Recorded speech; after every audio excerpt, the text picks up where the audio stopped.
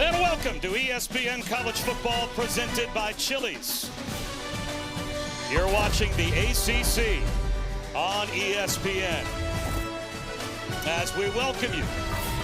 A perfect scene. Downtown Miami, just up the road in Miami Gardens. It is Syracuse here to take on the Canes. And you just heard Matt Barry say it. The Canes are still in the conversation. If they would like to remain in the conversation, they have to run the table. It is crowded at the top of the ACC. Virginia, the lone conference unbeaten. 5 one-loss teams ahead of the U. Of course, they lost to SMU in a heartbreaker last week. This was a season that began as several of the last seasons have for Miami. Perfectly. They won their first 5 games, 3 over ranked teams, including a win over Notre Dame to start the season, raised as high as number 2 in the AP poll. But then losses in 2 of their next 3. A 4-interception performance for Carson Beck against Louisville and the heartbreaker to SMU in overtime. These are their last 4 opponents. They must run the table, and they must do it impressively, you would think as well. Bob Wischusen here with Louis Riddick, and Chris Button is along as well. And Lou, the table is about as clearly set for Miami as it could be. Yeah, it absolutely is. And look, I think Mario Cristobal was very clear in terms of what his message was to his football team this week. He said, look, they took a very supportive approach as a coaching staff, and he told them very clearly, let's stop bumping our head on being good and go be great. And how do you do that? You drill down on the details. You get back to work. You understand that you are a very, very talented football team, and then you got to just go out here and prove it. And it's all about upholding a standard, and the standard will lead to them playing a style of football that will endear themselves to the committee if it comes down to that here late in the season. And here come the Canes.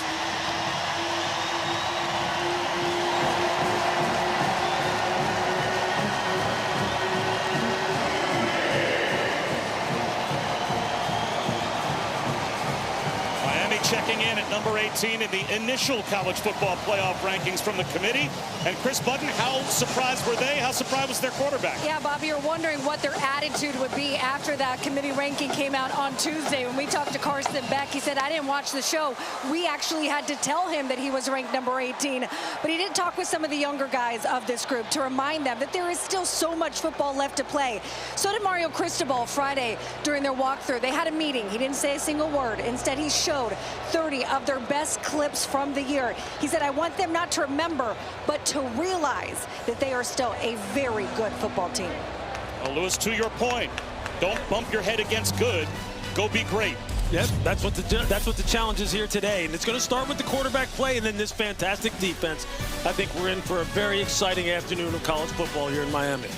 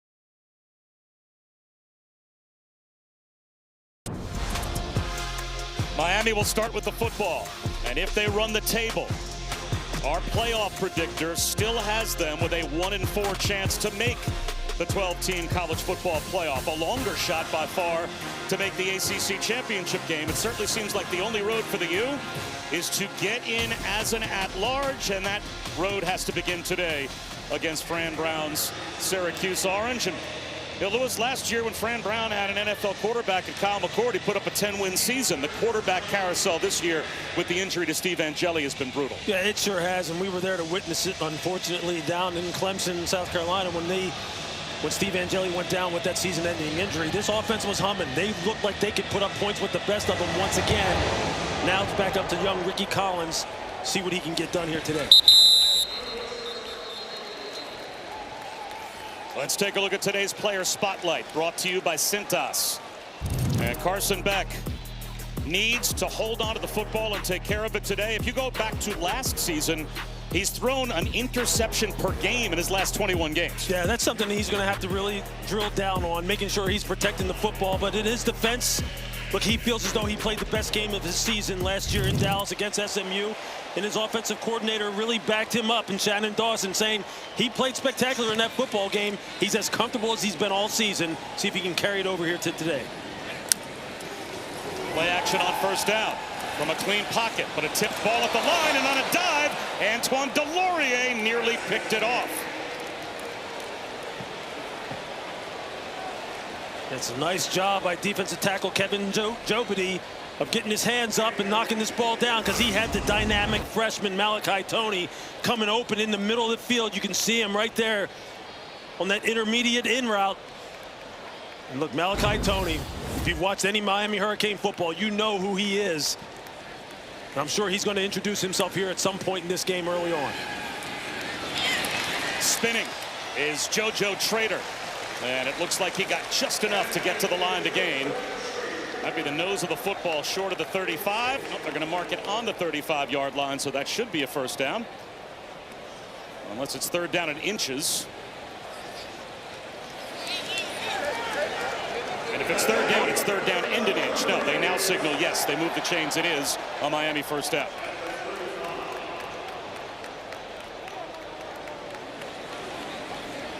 Miami without a couple of their most reliable weapons today. No Mark Fletcher. So that's Jordan Lyle getting the start at tailback, and he picks up about a handful. No C.J. Daniels as well, their most veteran receiver. So let's take a look at our Chili's 3 impact players. Look, you're going to start with Darrell Gill Jr., the wide receiver from Syracuse, who we saw down in Clemson. He is a high riser. He can make plays on the outside. Miami, Malachi Toney on the football field now already. We haven't called his name yet, but we will. And when the defense gets out there, just keep your eye on number 4, Ruben Bain, the defensive end from Miami. One of the best players in all college football. Beck to his tight end, Alex Bauman. That's another first down. You can see Shannon Dawson, the offensive coordinator for Miami, already just putting the ball in Carson Beck's hands and letting him go to work, letting him distribute the football to all these fantastic weapons, even though they are down 2 big ones in C.J. Daniels, the wide receiver, and Mark Fletcher Jr., the running back. They still have plenty of firepower out here on the football field, and they will spread the ball around. Blitz off the edge. Does not get picked up. And down goes Carson Beck. Gary Bryant circling to his left. Davian Kerr as well came off the edge, and it's a loss of 8. This is a nice blitz. You're going to see it here coming off the edge. Gary Bryant does a nice job of disguising, keeping his feet parallel, making it look like he's going to be in coverage. And then on the snap, you see him come off the edge. He is unblocked. Davian Kerr also coming in from Carson Beck's blind side. That's just a nice scheme, nice play call on the part of Elijah Robinson, the defensive coordinator for Syracuse. A 4-man rush on second down and long. So it's a clean pocket this time, and a check down to Lyle. And they basically get back the sack yardage. You know, Lewis, nobody dissects the tape more carefully than you do. And everyone said last week, including Carson Beck, that was my best game. Did you see his best game of the season last week? Yeah, you know what? Really, when you break it down objectively, he was seeing the field, Bob, as well as he's seen it. Full field reads, moving defenders with his eyes, putting the ball where it needed to be put. Now, he has to own the interception in overtime, which is exactly the wording that Shannon Dawson used, but up until that point, he really was on it. He needs to come up with a 11-yard gain here to keep the drive alive. Play clock down to 2. Syracuse showing blitz, simulated pressure. There's a shot over the middle, incomplete. He missed JoJo Trader. So that will be an opening drive punt for Miami, as they couldn't get the yardage back after the sack. Syracuse doing a nice job of changing the look from pre-snap to post-snap. You're going to see he's going to try and hit Trader coming inside, coming right across the 40-yard line. Just not able to anticipate that and put it where it needs to be put. Wide receiver, quarterback have to be on the same page on those timing routes, those intermediate crossers. They're so difficult to throw with consistent accuracy. That's a nice start, though, for Syracuse and their defense. Demetrius Samuel Jr., the true freshman, with the wise decision to let the ball bounce in the end zone for a touchback. The Cuse with the ball when we come back.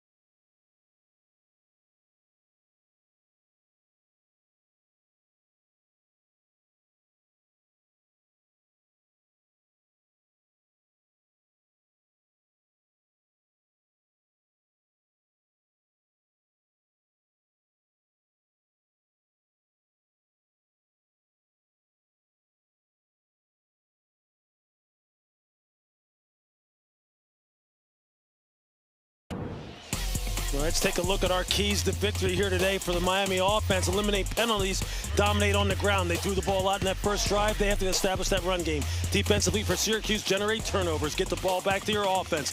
When you're on offense, win the one-on-one matchups on the perimeter. Ricky Collins has to give these wide receivers a chance to go up and make one-on-one plays because they're as good as any in the country at wide receiver at doing that. And then defensively for Miami, allow less than 75 rush yards. They have to shut down this Syracuse running game and put it all on Ricky Collins' shoulders. And they'll start the opening drive on the ground with Will Nixon. Only a couple of yards. Well, it was a good start to the season for Syracuse. They win 3 of their first 4. But in a win against Clemson, their quarterback Steve Angeli tore his Achilles, and Lewis, their entire season changed then. Yeah, you can just see it there in the record. I mean, just look at it right here. These next 5 games, they go 0-5. They're not able to generate points. They're not able to push the ball down the field. They have 11 turnovers. It has just been a cascade of negativity for the offense. Collins has to throw this one away. They made some changes. On the coaching staff, and then they're hoping that all of this stuff adds up to the fact that Ricky Collins can now maybe settle in here and kind of really establish himself, especially as a passer. They really emphasized the fundamentals for this young man in this week of practice. He's going up against one of the very best defenses in all college football as far as how they can rush the passer. And as you see, Fran Brown, he's in information gathering mode. He's trying to see who he's got for next year and who's going to continue to compete and ride with him. Dancing is Nixon, and he's got a first down. Well, that might have been just a conservative play call to make sure you protect the ball to start the game, and Will Nixon bobs and weaves his way for a 3rd and 8 running play first down. Running a football against this front is something that no one expects to happen here in Miami when you're looking at some of the studs they have up front in their front 7. We've seen Syracuse before. We've seen them rise up and have big-time performances when no one expects them to. This offensive line has gone through a lot of different changes as they come out here, just giving Miami defense a lot to think about with their formations. They spread the field out, and Yasin Willis up the middle. David Blay Jr. and Mo Toure combined on the tackle, so Miami not really confused that much by that funky formation. It's a gain of only a couple. Ricky Collins was named by Fran Brown as the starter back in the spring, but then Steve Angeli transferred in. So he became the backup after losing a competition, but Angeli's injury put Ricky Collins back under center. He went on a 4-game losing streak, so last week they tried the lacrosse player, Joe Filardi. That didn't work, so back to Collins this week. And he flips the screen right, and there's Dan Villari up the sideline, their most dependable offensive weapon. And Villari, I think he's got a first down. And what a disappointment it was. We were on the game in Clemson when Angeli went down with the Achilles injury. Yeah, just playing absolutely lights out that afternoon down in Clemson. In total command of this offense that he specifically wanted to play in. That is being orchestrated by offensive coordinator Jeff Nixon. And they have been just trying to find some rhythm, trying to find what works best in his absence.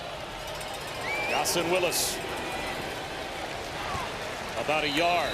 And Chris, Angeli, it's good to see him here. It is. He was walking with Fran Brown earlier. I asked Coach, he said, I make a point that he's at every game because he is the heart and soul of this team, even when he has to be on crutches. In that game against Clemson, even though they won in this huge upset, when I was on the sidelines, there wasn't much celebration. It was tears because they knew what they were losing. Yeah, nothing guts a team more than losing your starting quarterback. But it's next man up. Ricky Collins became that next man, and this is a promising opening possession for the Orange. Again, Willis pushes the pile, so it will be another 3rd down coming for Syracuse. This is where Miami wants to have Syracuse in these 3rd and 5+ type situations where they can then go to work. This defensive line orchestrated by the defensive line coaches Damian Lewis, Jason Taylor, and as you see, Corey Heatherman, the new defensive coordinator who we loved talking to yesterday. He's going to dial it up. They've got some of the most ferocious front 4 individuals in college football. Let's see what they got.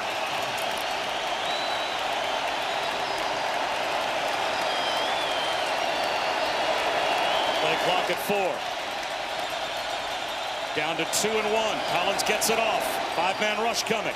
Slings one to the sideline, trying a timing route, wasn't there. Jalen Hornsby, the intended receiver. Ethan O'Connor had him tied up. So Syracuse moved the ball out across their own 40-yard line, but they'll be forced to punt. Well, that's a heck of a job by Syracuse's offensive line. That was a 5-man pressure. It was basically one-on-ones across the board. They had everyone locked up. Ricky Collins has got to give his wide receivers a chance on those outside lane throws, which is something they've been working on him, or working with him on over the past couple of practices. The tip of the cap to the offensive line doing a nice job in pass protection. Jack Stonehouse is an excellent punter. And he will try to find the corner here. Spins it back before it gets to the goal line to the 2. Oh, you can't do it any better. And they say the ball did not touch the goal line. Stonehouse literally to the doorstep of the chalk. It's a three-phase game. Special teams, field position going to be critical. Doesn't get any better than that.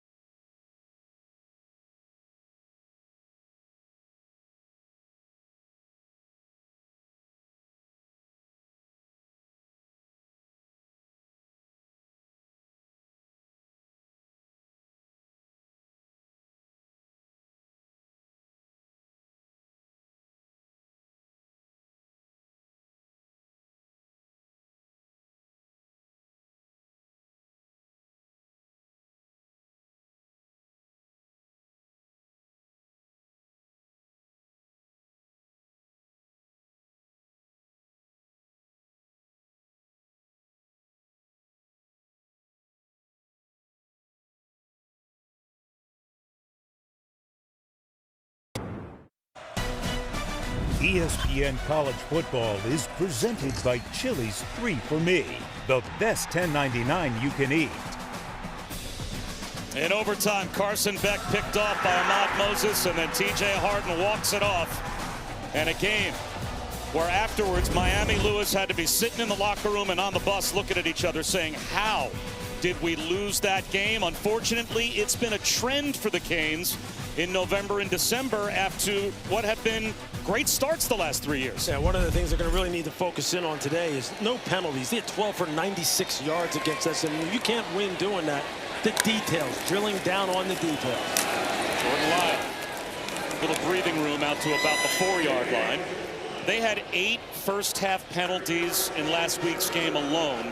A bunch were drive killers, and that's been an Achilles heel as well. It sure has.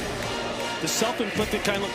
There's going to be penalties in the heat of battle, and the coaches acknowledge that you're going to have some of those. Heck, there's going to be some drops. They had some drops in the football game last week as well.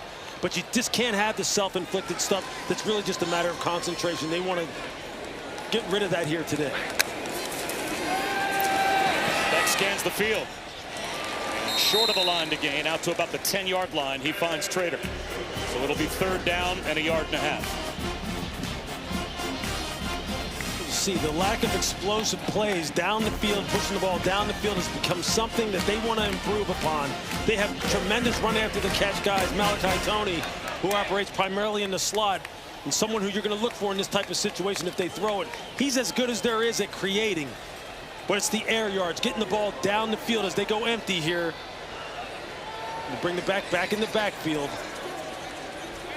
Short yardage has been an issue. It was an issue for him last week. when they decided to run the football. And they'll run it here. Shamar Brown. And it looks like he's got it. Very close, but they are saying without measurement, it is a first down. Well, last season with Cam Ward, of course, he becomes the #1 pick in the draft. They were #1 in scoring, #1 in total offense, and the chunk plays were there. Why has it been missing, in your opinion, this year when they've got some weapons? Look, they had them earlier on in the season. Look, the season always has ebbs and flows as far as how these kind of things can come in waves. But it's something that they definitely have the personnel in order to get the job done. They just got to drill down on the details and execute. Again, it's a check down. Shamar makes a man miss. Well, you said run after the catch ability, and he showed some there. Davian Kerr came up and eventually helped on the stop. Shamar Brown goes 5'11", 220, and has some really good feet, low center of gravity. And as Davian Kerr finds out, you better get lower than him. Gain of a couple, and that's another Miami first down on the carry by Shamar Brown. This running game really is a between the tackles running game. They have big backs. Mark Fletcher, 6'2", 225. Shamar Brown, 5'11", 220. There have been some who follow this football team that have been disappointed as far as their inability to really be explosive, ripping off big plays in the run game. Look, Shannon Dawson still believes in this offensive line and their ability to create. First touch for Malachi Tony. Tripped up. They tried the jet sweep. And Demetrius Samuel Jr., another spectacular true freshman, not only made the tackle, but he's hurt. Demetrius Samuel Jr., he reclassified from the class of 26 to the class of 25, so he could join Syracuse as a 16-year-old back in January. And it's good to see him up and on the sideline. They also have David Reese at defensive end, #8. He's in his 8th year because of injuries. He was at Florida, injury-filled start to his career. So when David Reese was a true freshman at Florida, Demetrius Samuel was 9. And they're now on the same defense for Syracuse. That is modern-day college football with all the different eligibility back and forth. The COVID year factored in. Fran Brown running down the sideline. I think he was trying to get a timeout call. Instead, it's a screen to Shamar Brown. And there is David Reese to make the stop as they continue to work on Demetrius Samuel over on the sideline. Yeah, Demetrius Samuel has had a fantastic year as a first-year player. Semi-finalist for the Shaun Alexander Freshman of the Year Award. As you see Fran Brown there, look, he made most of his freshman players captains for today's game. He knows what he has in terms of his young guys. He's kind of turned the football team over to them heading into 2026. And wants to see them finish strong here down the stretch. Another third down. Another clean pocket for Carson Beck. All day to throw. Throws an interception. A miscommunication trying to find JoJo Trader. He just missed him. And instead he found Chris Peel. One of those young players, a redshirt sophomore. That is a team captain. Is there a flag down back at the line of scrimmage? You can see, you're going to see Trader at the top of the screen right here. He gets tangled up. Defense number 16. 10-yard penalty. Automatic first down. So they call Peel for the holds after he got the pick. Right there at the top of the route, you see him grab the back of the jersey. You're going to see that right here. He's in bump and run coverage. His hand fighting down the field. You see that right arm on the top of the shoulder pads of Trader, who gets spun around.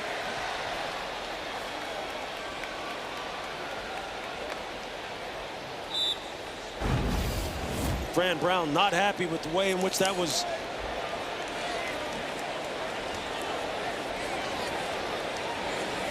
Miami catches a big-time break. Wild tries to bounce it outside with a stiff arm. It's bumped out of bounds, a modest gain. Yeah, Fran Brown's getting his money's worth with the officials that threw that flag right in front of he and his coaching staff. I mean, you could see the defensive back, Chris, grabbed Trader on the top of the jersey, like right on the back part of the shoulder pad. As Trader was trying to snap that route off. That's going to be a flag most times. I mean, people are going to throw the flag there if you impede the wide receiver in terms of him getting in and out of his break. Blitz off the edge. It's picked up. On the move is Carson Beck. Buying time. They'll tuck it under and slide and get to about the 42. So it will be another third down coming for Miami. And there you get a little glimpse of one of the things that Shannon Dawson, the offensive coordinator, told us as Fran Brown just continues to give the officials an earful. But Shannon Dawson said, look, he told Carson Beck, there's going to be some times where use your legs. Go ahead and pick up first downs, gain positive yardage. Don't just sit there in the pocket. Be a little bit more creative. You're a much better athlete than people give you credit for. And there you saw a little bit of it. Timeout now called by Syracuse defensively before this 3rd and 6. A drive that began at the 2-yard line for the U. They're trying to keep it alive.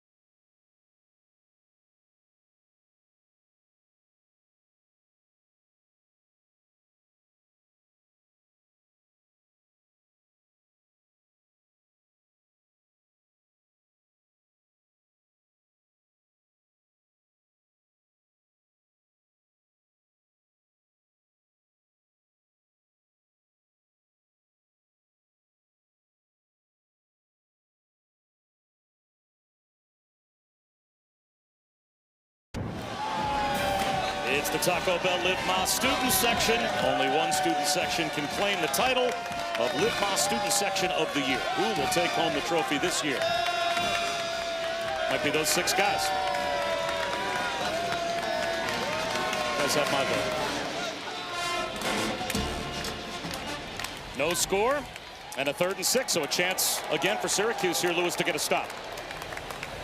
Malachi Tony, number 10, one of the most dynamic players. You see him in the slot up in that bunch formation. They got to figure out a way to get him loose and get him going. Next steps up in the pocket and somehow escaped for the moment, but then gets taken down. It's the 2nd sack. David Reese got through first, and it will be another punt for Miami. Just watch the get up of David Reese going up against Markel Bell. Look, this offensive line is huge, but in terms of pass protection and recovery and lateral range, they can be challenged by guys who can get off the ball with great get off, low pad level, and turn that corner at that 7 to 8 yard mark. Beautiful pass rush on the part of David Reese. Dylan enjoys an end-over-end punt. And it goes out of bounds inside the 20-yard line. The Orange will start right at their own 20-yard line. Kick off your NFL Sunday with the Countdown Crew at 10 Eastern on ESPN. The Niners will take on the Rams. Beforehand, though, you'll find out what George Kittle is doing to pay tribute to veterans. And then our Monday Night Football matchup has the Packers hosting the Eagles. 8 Eastern on ABC, ESPN, ESPN Deportes, the all-new ESPN app. Peyton and Eli once again on ESPN2. And both of these teams trying to hold on to first place in their respective divisions. The Green Bay Packers, so much talent, have got to just play a little bit more even and a little bit more consistent. Hassan Willis. How surprising was that loss last week at home to Carolina for the Packers? Yeah, that's kind of the enigma that Green Bay is right now, heading in here down the stretch. They got to get those things ironed out. It's going to be fun, just like it's going to be fun here in college football. Parity reigns supreme now. You have to watch the games, man. You can't assume anyone is going to win anymore in college football. With the way the NIL works, the transfer portal works, teams can improve themselves dramatically from season to season, heck, from week to week.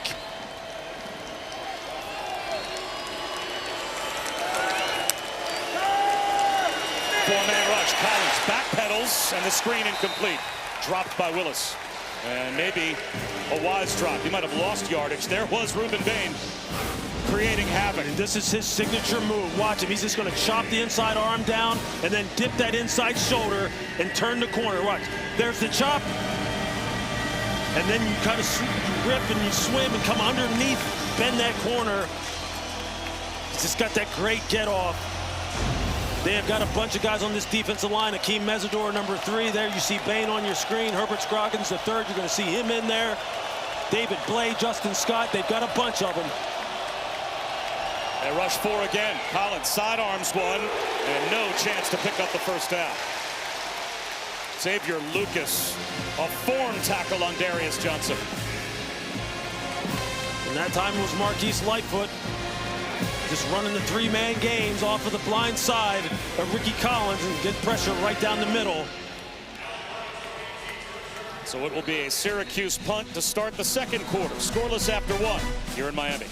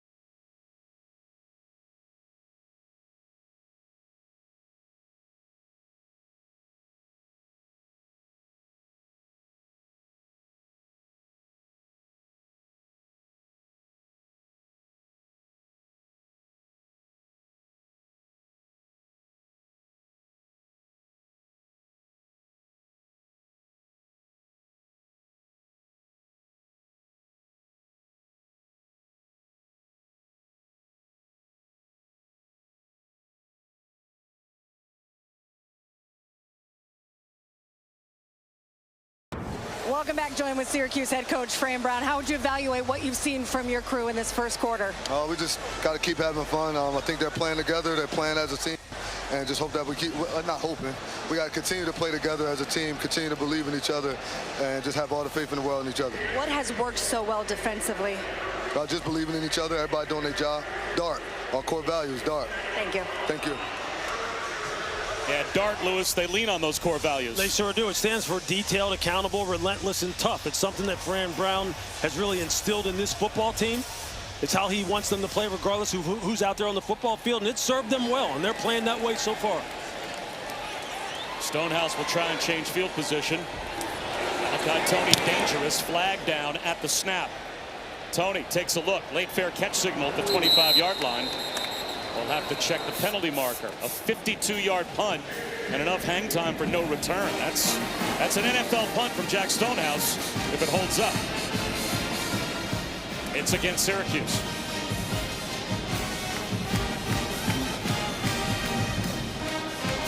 In the motion, kicking team number 85. That 5-yard penalty will be added on to the end of the play. First down. So they'll take the yardage at the end of the play rather than give Malachi Tony a chance at a return. Now the playoff resume for Miami, if they were upset by the fact that they dropped all the way to 18, the first quarter's not what they want so far in this game to add to this resume. Yeah, it's not. Look, it's style points are going to matter now. They're going to have to win and win convincingly in these final 4 weeks of the season, and they wanted to come out of the gate absolutely blazing and putting points here up on the board. The illegal motion penalty will be enforced from the previous spot, and we'll replay fourth down. And you can see they could not have had a better start to the season with some of the real quality wins that they had notched up early on. As you see Fran Brown and Mario Cristobal maybe getting into it across the field with one another. There's a lot at stake here for Miami still, and they know what's at stake. They know the kind of performance they need to put out here. And for Fran Brown, look, he backs down to nobody. I mean, this is a guy we've talked to him, what now, 3 times? I mean, he is as intense and as real as it gets as far as head coaches are concerned. He pulls no punches. Nobody is safe in this program if you're not playing up to what he deems to be the standard. Fair catch. Tony at the 28-yard line. So it only cost them about 3 yards. There is another flag down on the far side of the field. But watch Mario Cristobal and Fran Brown. They're going back and forth, and the officials almost had to stand in between both to stop them from jawing at each other. Not sure what that was about, but they clearly saw each other across the field. Yeah, look, this is an intense football game. It really is. Look, Mario Cristobal was here in Miami playing for the Hurricanes in some of their glory years and their glory times where they were one of the most dominant football teams in all of college football. And he knows how he wants it to look. He knows how he wants his football team to play. And Fran Brown. Here's the kick, personal foul, number 22 of the receiving team blocking the player out of bounds. That penalty will be enforced from the end of the kick. First down. And just continue with Fran Brown. He's as intense as it gets. He doesn't care what the record is. He's someone who has big plans for this Syracuse football program, and he believes that 2026 is going to be a big season. Is half the distance. It's going to be a big season for the Orangemen, and he is continuing to try and build this thing from the ground up. And we showed that disappointing trend the last 3 years for Miami. Great starts, and then November and December losses. The loss for the U last year to Syracuse. That might top the list of all of the most disappointing losses that they've had. No question. And don't think for a second that that man on your screen, Mario Cristobal, has forgotten about that game. And I'm sure there's a lot of that that still bleeds over into this 2025 matchup. And these officials, I'm not sure how accurately spotting the football. They're going to come over and have a chat with Mario Cristobal. So right now they've got Miami inside their own 15-yard line, which with a fair catch at the 27, half the distance to the goal is about right. So I'm not sure if this is the spot of the ball. That's the issue.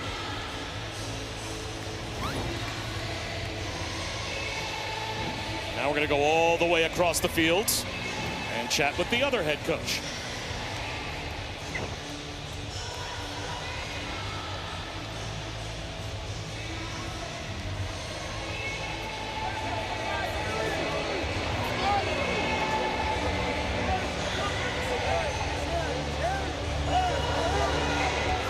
as the referees get this sorted out, look, if you're the Miami Hurricanes offense, and here you're sitting, starting the second quarter, if you're Shannon Dawson, the play caller, and Carson Beck, quarterback, you need to get this offense going.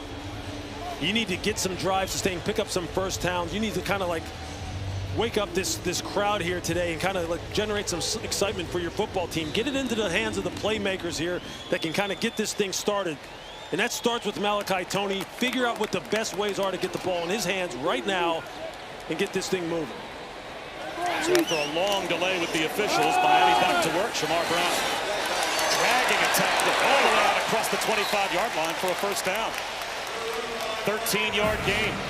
And a tough run at that for Shamar Brown. That's a heck of a run. And just watch Malachi Toney here. Watch the freshman wide receiver. Look how he blocks down on the safety, Raheem Long. He said, hey, you don't have to give me the football. I'm still going to affect this football game. Shamar Brown for a yard. Another example of what the transfer portal can bring you, right? North Dakota State for Shamar Brown. I mean, missed on in recruiting. He was, for freshman in FCS last year, #1 in attempts, #1 in yards, #1 in touchdowns, and now he's at the U. And won the Jerry Rice Award as the top FCS freshman a year ago. And he has big shoes to fill today with Mark Fletcher Jr. not being in the lineup. But he's got fantastic skills. Goes Malachi Toney. Back, spins out, avoids sack #3, but misses Shamar Brown as well. It'll be 3rd down and 9. Another spin move for David Reese to put the pressure on. That is just a heck of a move by David Reese against C.C. Mauinoa, one of the best offensive linemen in all of college football. As you look at some of the prominent players from Miami that aren't playing today, C.J. Daniels, the fantastic wide receiver, Mark Fletcher Jr. we talked about, O.J. Frederick, dynamite corner. I'll tell you, this Syracuse defense right now, they are dialing it up against this Miami offensive line. Pass rushers really good and good jumps off the football. And Carson Beck has not looked comfortable yet in this game. Bullets one, incomplete. JoJo Trader, again the intended receiver. And Chris Peel knocked it away. Peel, the redshirt sophomore from Charlotte, North Carolina. I'm just going to see him just backpedal, cluing the quarterback, reads the route perfectly, gets a good break on it. Trader just too slow coming out of the break. You can see #1. Look at JoJo Trader as he rounds that curl route off. There's just no explosiveness coming out of the break, and that just gives the defensive back time to close ground quickly and come up with the PBU. Flags at the snap. This will be another Miami penalty. It's a false start. False start. Offense. Number 41. 5-yard penalty. 4th down. My boy Lewis, we talked about it at the start, and the Miami contingent knows what they have to do. They need to win, and they need to not just win, but win convincingly to move up in the college football playoff standings, to add to their resume, and this is not a good start. Yeah, this is one of the things that you worried about with this football team. How are they going to handle it when it wasn't assured that they were still going to be in the race for a college football playoff berth? Returnable for Demetrius Samuel.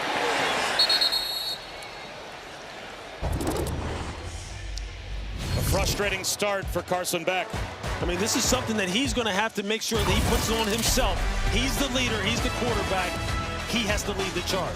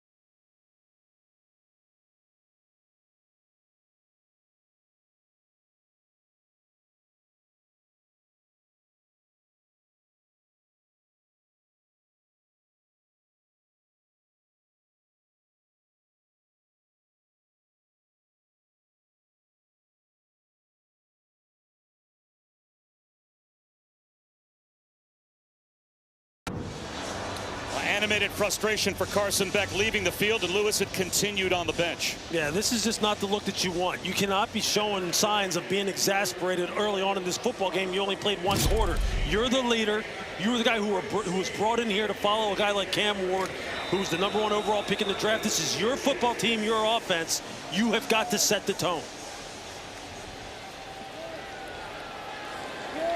So Miami, with their defense back on the field, this game surprisingly scoreless into the second quarter. Ricky Collins on a rollout. He's going to tuck it under and get to the sideline. He's actually brought down behind the line of scrimmage by Keontae Scott. And Chris Budden, what are you seeing on the UM bench? Honestly, a very quiet bench, and it's been this way since the beginning of the game. Almost a very sleepy start. I've watched Carson Beck come off on every drive. There's not really anyone trying to provide any motivation, any spark. Michael Irvin has just come over trying to get something going. Coach is not coming over either. Just a very quiet Miami sideline. Interesting. Second down and 11. And that's dropped. Tried to fit one into Will Nixon, so it'll be third down and 11. And Lewis, we talked about Cam Ward being the #1 pick last season and how that infectious leadership from him was a big part of his success. Yeah, no question. Look, and Shannon Dawson talked about it too. There were just certain things that were inherent in Cam Ward that aren't going to be inherent in everyone else. I mean, not every leader leads the same way, and Carson Beck doesn't need to lead that way either.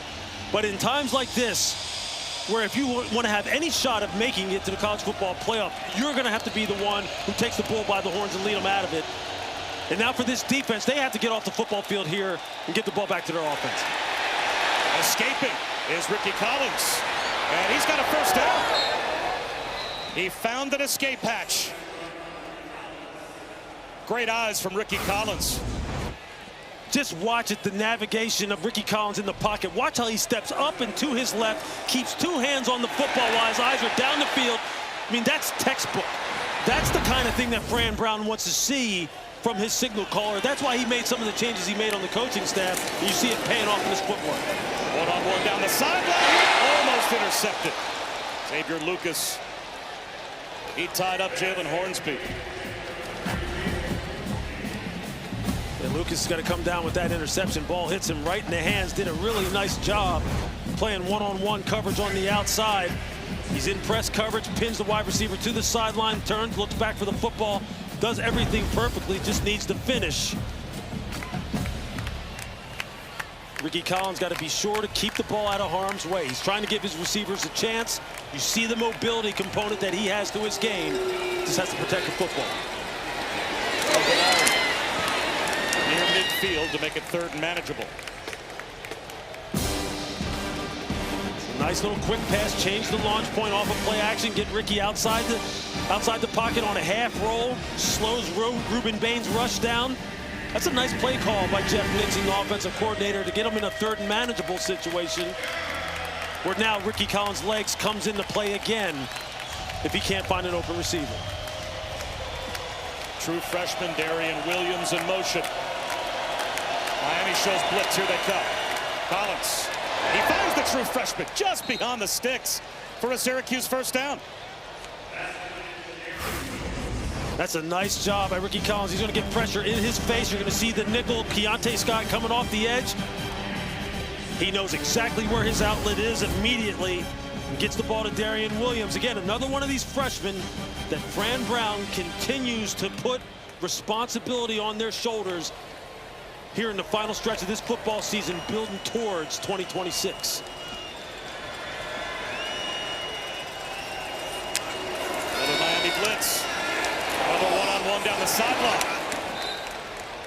Again for Jalen Hornsby. That time, Damari Brown was there in coverage. Now, Ricky Collins spent a couple of years in Baton Rouge backing up Jaden Daniels, Garrett Nussmeier for LSU.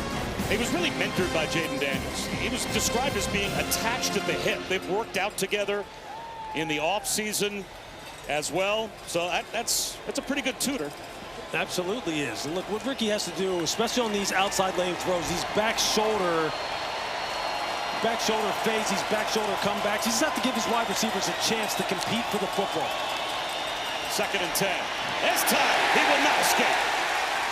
Akeem Mesidor with an edge rush and a sack. Akeem Mesidor, just watch the pass rush. It's just a double hand swipe. Watch his hands. He just smacks down the hands of the tackle, Travion Mack, right there. And then throws the rip, bends the corner, and finishes. With these two defensive ends, Akeem Mesidor and Ruben Bain, being tutored by the great Jason Taylor, who I had a chance to talk to on the field and talk to him on the phone this week. He has just given them all of his knowledge as far as how to beat dynamite pass rushers that can play at the next level, and you're seeing it on the football field. 3rd and a mile. Ricky Collins again trying to get it with his legs. And he'll hop out of bounds in plus territory. Nowhere near the first down, but now a decision. 4th down and 8 across the 50-yard line. I would imagine Fran Brown would punt, but at 3 and 6, who knows? Oh, here comes the punt group.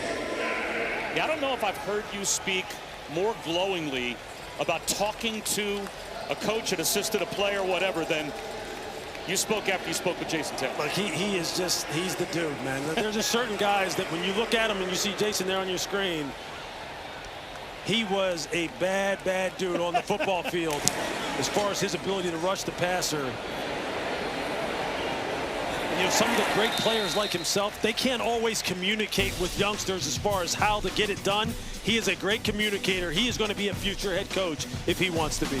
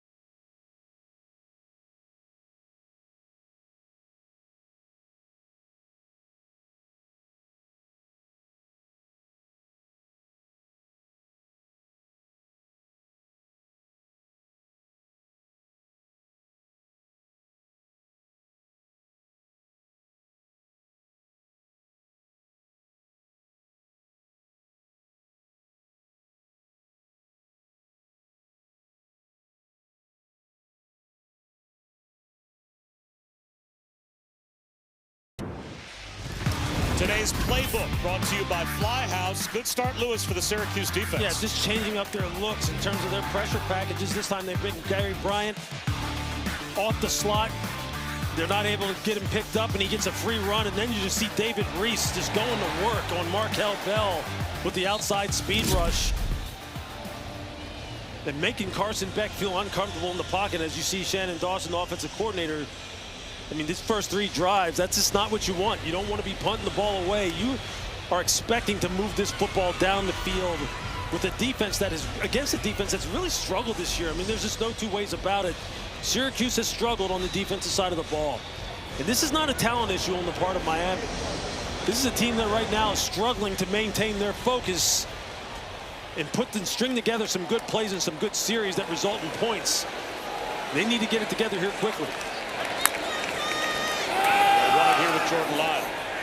One jet sweep to Malachi Toney. That's his only touch so far, and we're well into the second quarter. Yeah, at some point, someone is going to have to provide a spark, and Toney can do it as well as anyone, both carrying the ball out of the backfield as a receiver and as a return guy. I mean, he's just as dynamic as any player in all of college football, and they're going to need to get him jump-started and find ways, creative ways to get the ball in his hand.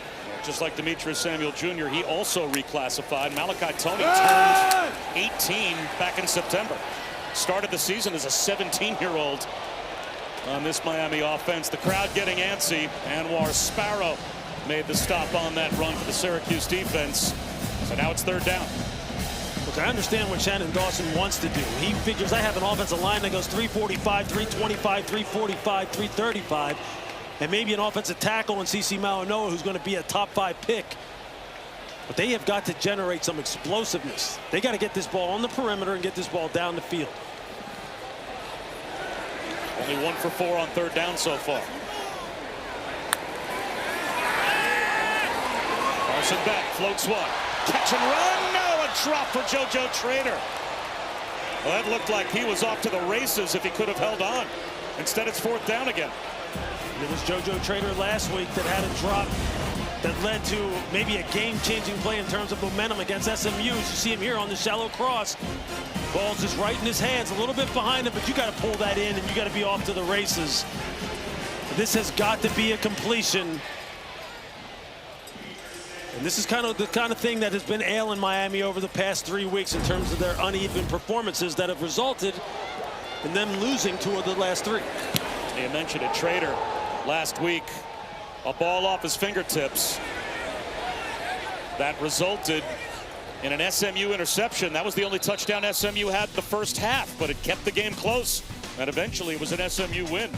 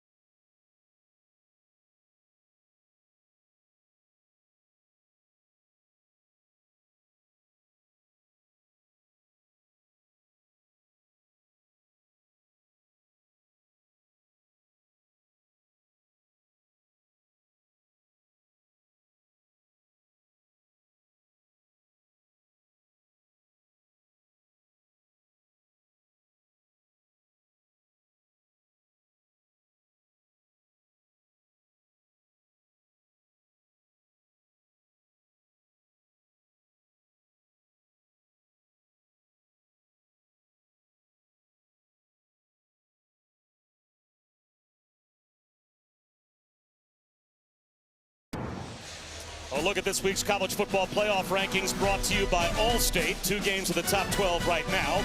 Oregon and Texas A&M on top.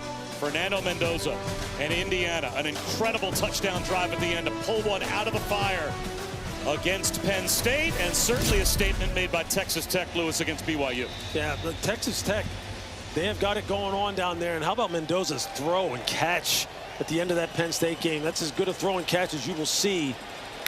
Just par for the course for college football in 2025.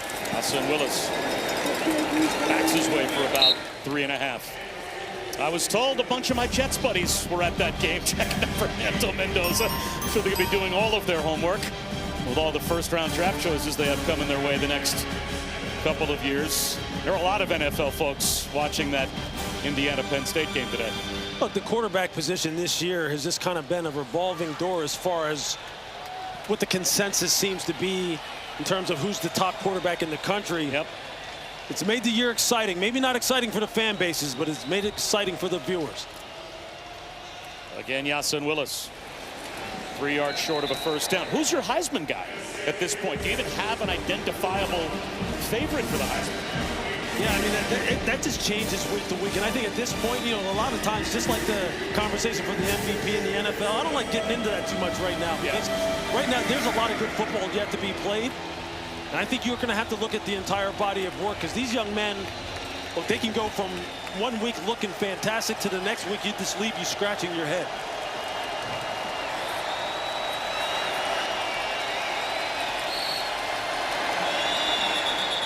His third down play is stopped at the line. Looks like this will go against Syracuse, so this will change things dramatically from 3rd and 3 to 3rd and 8. Offense, number 78. 5-yard penalty, 3rd down.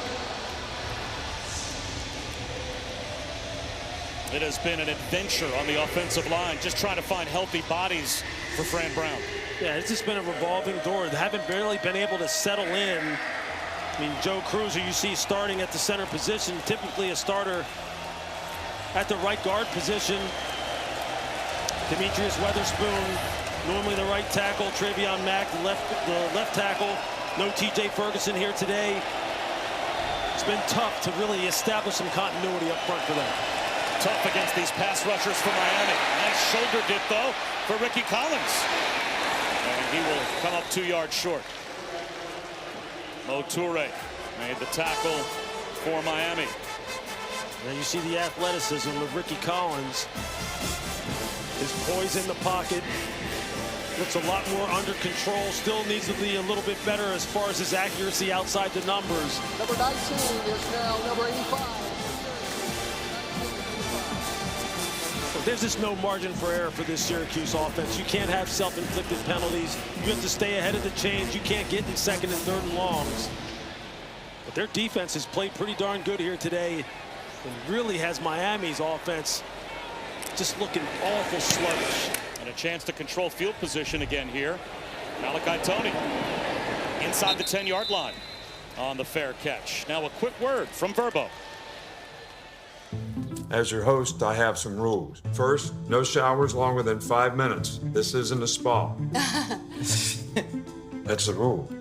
Meanwhile, at a Verbo, get the vacation you expect and never a hovering host.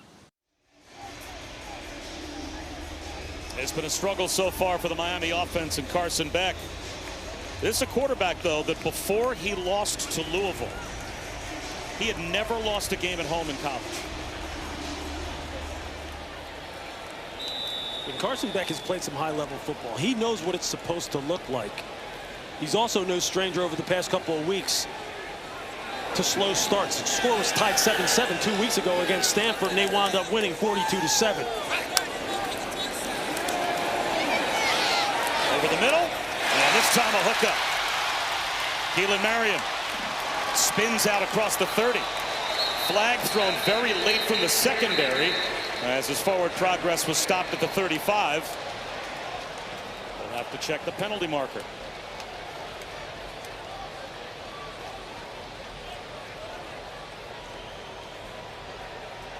There's no foul in the play for face mask. First down. So they pick the flag up, and Miami's got 25 yards That's their longest offensive play so far.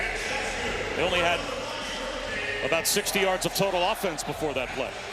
It's a nice job of hitting the in-breaker over the middle, right behind the linebackers who got caught short, staring at the quarterback in the back, eyes in the backfield, not getting enough depth. Now Beck just needs to see if he can establish some rhythm now. See the field clearly, deliver the football. Play action, blitz picked up, flag down everywhere. Carson Beck scrambles to the sideline and gets dragged down by Nathan Niandoro, but it's probably going to be holding. You're going to holding on Elijah Lofton, just blocking on the edge. Holding, offense number 9. Penalty is 10 yards, first down. You're just going to see him right here. You're going to see he's going to get pressure off the edge from the defensive back, McDaniels. Left arm goes underneath the chin on the face mask. You're going to see just pulls him to the ground and jumps on his back. It's these kind of penalties, self-inflicted wounds, offsides penalties, drop passes. These are the kind of things that have started to really creep into the play of the Miami Hurricanes over the past couple of weeks. And that's why we're sitting here at 0-0 with 4:33 and counting left in this first half. Tony in motion on 1st and 20. They run it with Shamar Brown to the 33-yard line. He picks up 8. Dion Wilson Jr. made the stop for Syracuse. So it'll be 2nd down and 12. You just sit and think at this point in time in this football game, how in the heck are they not able to get Malachi Tony some touches, whether it be a jet sweep, a quick now screen, a rocket screen, a tunnel screen, let him carry the ball out of the backfield, something to get him going.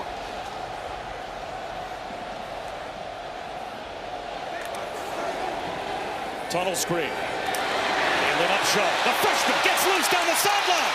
There's the chunk play the Miami offense needed.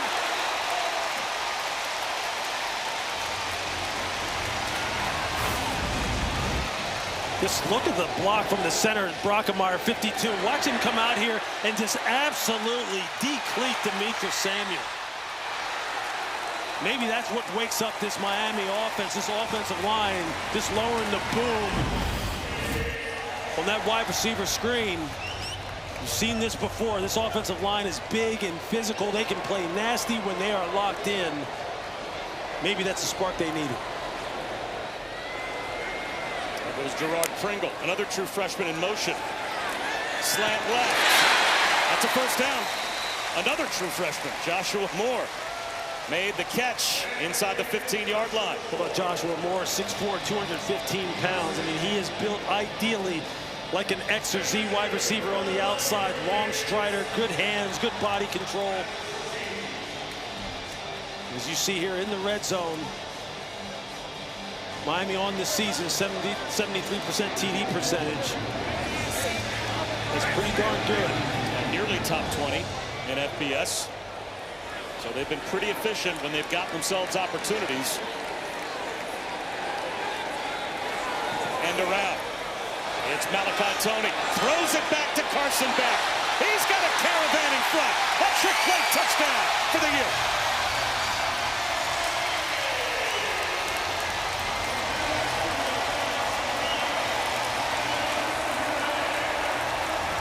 Well, the body language just got a lot better.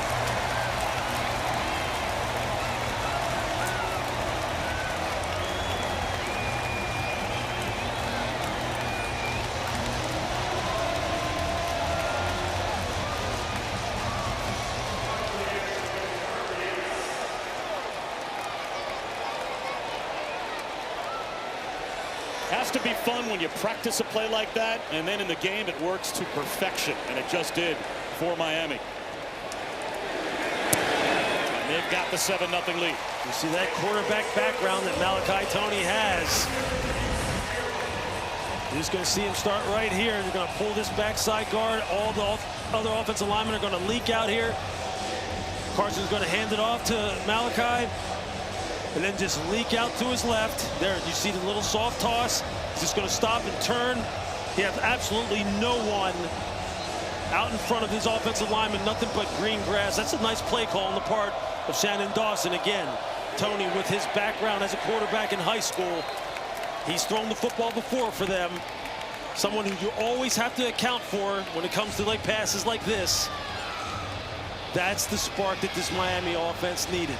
And it all started on the wide receiver screen in the big block from James Brockermeyer, the center, out on the perimeter. And those are the smiles, those are the spirit expressions you want to see from Carson Beck on the sideline if you're a Miami fan, rather than the disappointment earlier in the first half. And now we'll see if Syracuse can respond. They still have plenty of time, a couple of timeouts, the 2-minute timeout to help them as well.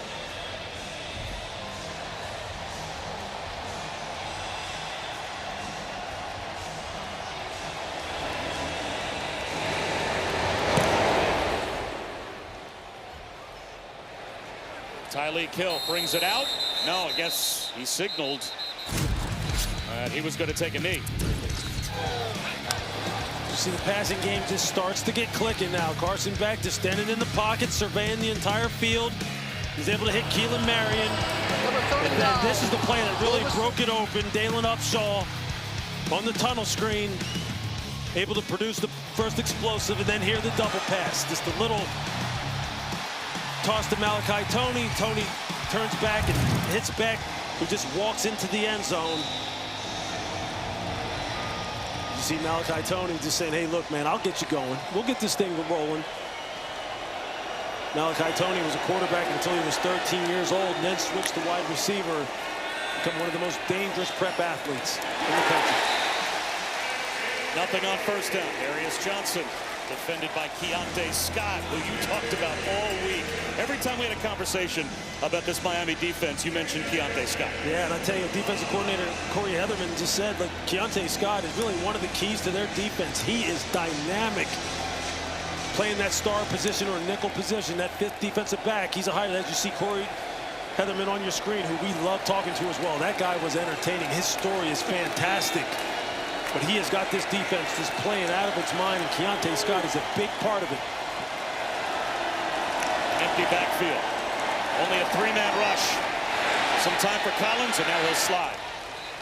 And make it 3rd down and about 8. And that will take us down to the 2-minute timeout. We're coming back to Miami Gardens in a moment.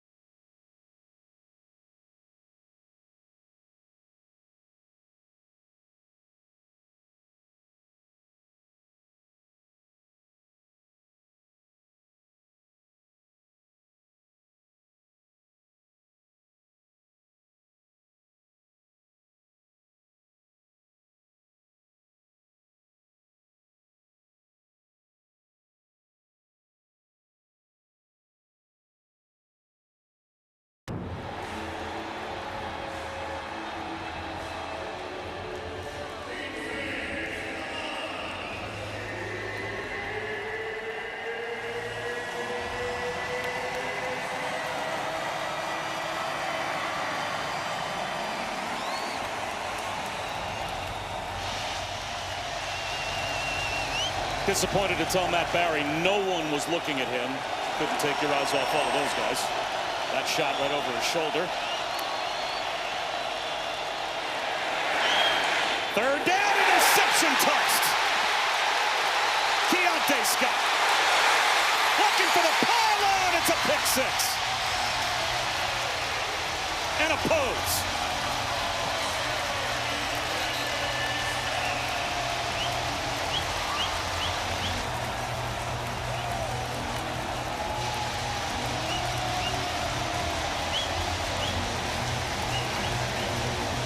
A flag down at the 5-yard line, but it was well after the interception.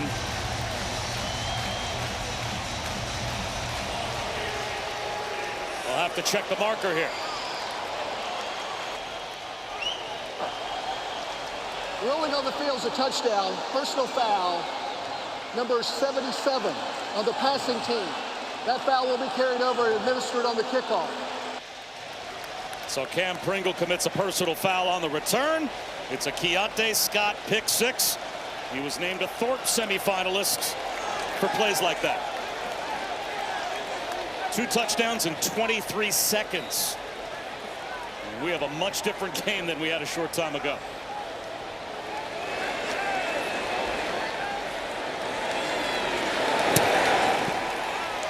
14-0 Miami. You're going to see it here. It's a cover 2 look. They're going to drop a safety down, drop him out, and they're just going to play 4 under 3 deep. And you're going to see Keontae Scott right down the hatch, just backing straight up.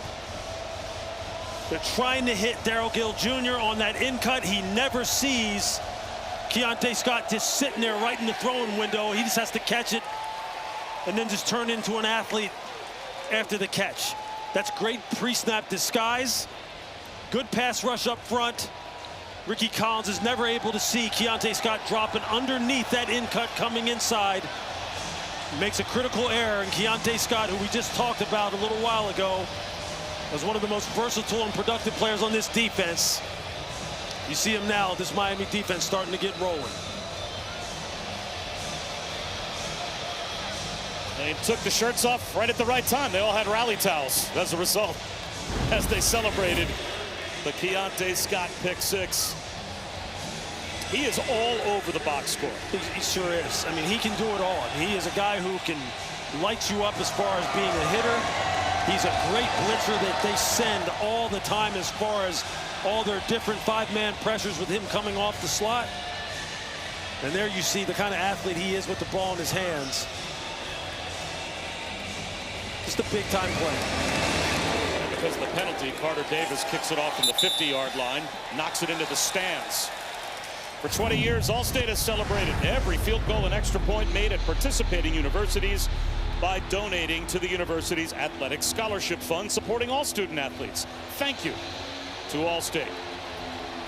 This was a sleepy stadium and a sleepy Miami sideline for a long time, Lewis, but the pick six following the offensive touchdown, you snap your fingers and the U has a 2-touchdown lead. Yeah, all they needed was to get a big play, kind of get this thing fired up, get the ball in the end zone, and now this defense is starting to wake up.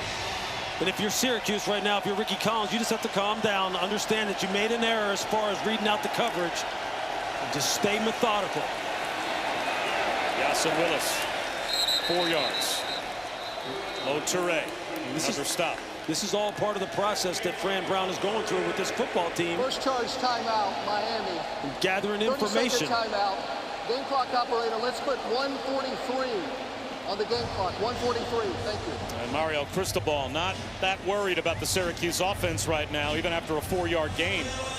He's spending his timeouts banking on a 3-and-out, and his offense getting another chance before halftime. Tuesday night on ESPN and the all-new ESPN app, we'll have the exclusive reveal of the next college football playoff top 25 rankings. Reese and the guys will break it all down top to bottom. We'll have coach reactions as well as a live interview with committee chairman Mack Rhodes, the Baylor athletic director. Right now, Virginia, a decided advantage in our All-State playoff predictor to be the ACC representative in the 12-team playoff. And well, based on those first rankings, how far Miami dropped, how far Georgia Tech dropped, committee seems to be sending a message they think the ACC is a one-bid league.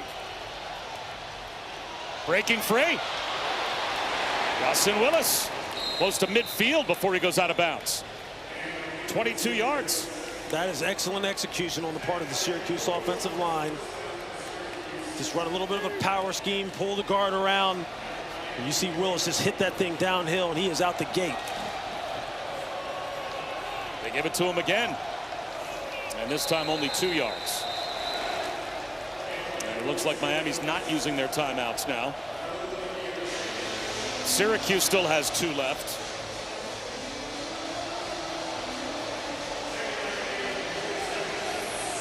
Ricky Collins trying to get him lined up. The competitive character of the Syracuse Orangemen, they're going to continue to fight, even if they are outmanned. This offensive line been reshuffled. Ricky Collins still trying to sling it. Rips a throw into a tight window, and Jonte Cook is able to scoop it up for a first down. That'll stop the clock for the moment, allowing the Orange to hold on to their 2 timeouts. So it's 1st and 10.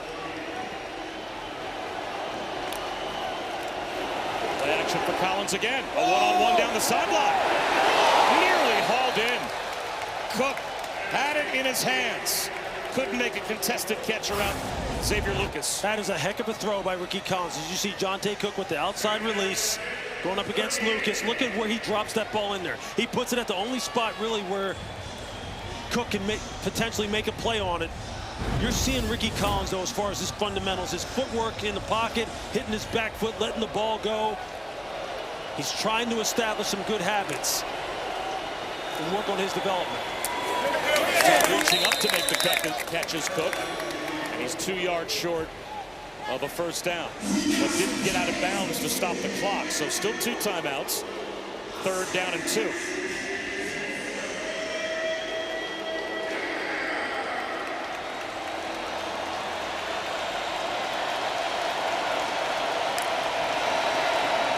They'll try and run for it.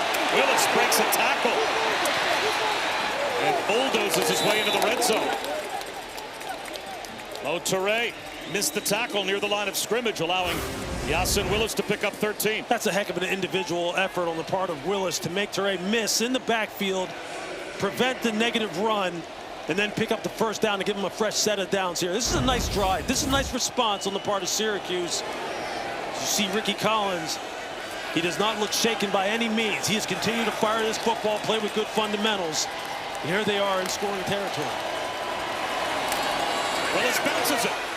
Gets to the edge. Inside the 10-yard line. Flag down.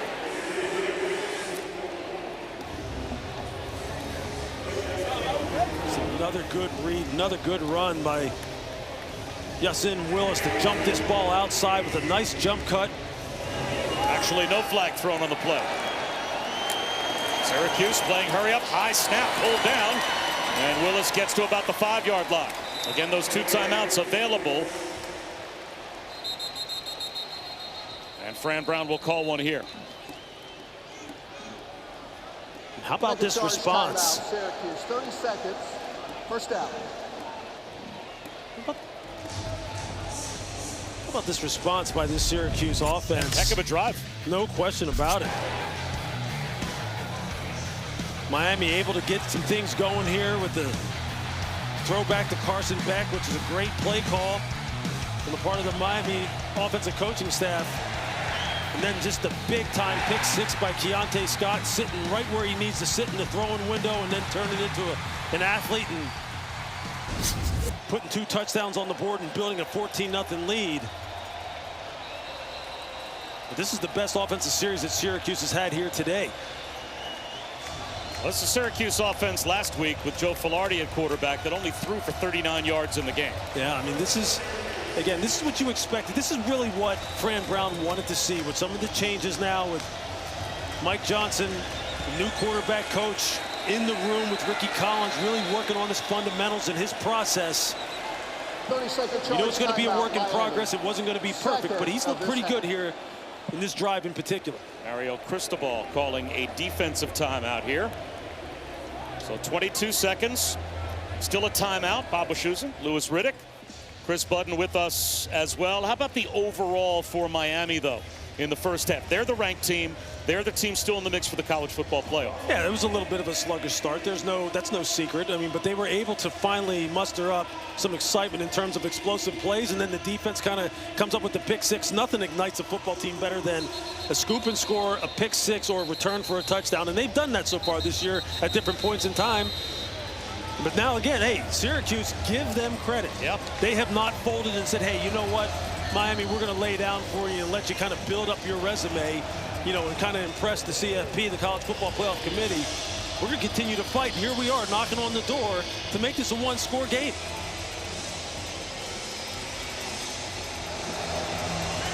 The first 5 possessions of the game for the Orange, they had 45 yards of offense. They've got 70 yards of offense on this drive alone. And they start the third quarter with the ball as well. So a chance for some momentum in the locker room. And now a false start. That is the unforced error you don't need down in the red zone. False start, 0. 5-yard penalty, first down. That's tight end David Clement called for the penalty, although it looked like Darrell Gill, one of the wide receivers, took off early as well. So now it's goal to go, but back just outside the 10-yard line. These are the little things that keep you from establishing consistent level of performance.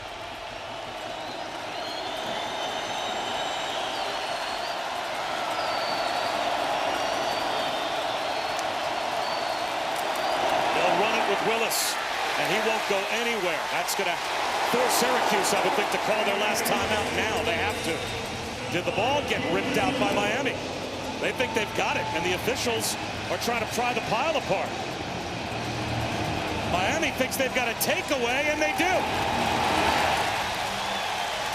So Syracuse will come away empty on the turnover.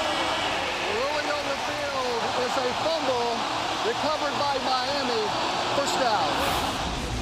Jacoby Thomas, I think, emerged with the ball. You see Akeem Mesidor, number 3, just ripping at that football in the pile, and he's the one who ultimately gets it pulled out. That's something that you drill and that you talk about in the meeting rooms and on the practice field. If you got a guy stood up, everyone else who comes in, you pull at that football and trying to strip it away. And that is the look of a coach. You got to be kidding me. We finally got something going on offense after basically stalling the entire first half, drop it all the way down to the 5-yard line. No points. Yeah, I mean, those are, that's one of the differences between good teams and teams that are having seasons that right now have you sitting at 3-6. Got to protect the football. You got to cash in against a team as good as Miami. So a very sleepy start for Miami, but they scored 2 touchdowns in 23 seconds, one offensively, one defensively. And Fran Brown calling his players over with the officials standing in between the 2 teams as they have to crisscross to go to their locker rooms. We go down to Chris. Coach, certainly a different ball game in the last 2.5 minutes. What do you need in the second half to be able to build on that? To sustain drives. I mean, we've dropped more balls today, and I guess we did it last game as well. We finally got in rhythm and put a drive together. We started well, came up short. We got to sustain drives, and we're hurting ourselves more than anything. Thank you, Coach. Well, Miami does have a 14-0 lead at halftime. Fran Brown's team starts the third quarter with the ball. Time for the halftime report, though. E.J. Manuel and Joey Galloway are back in Bristol with Matt Barrett.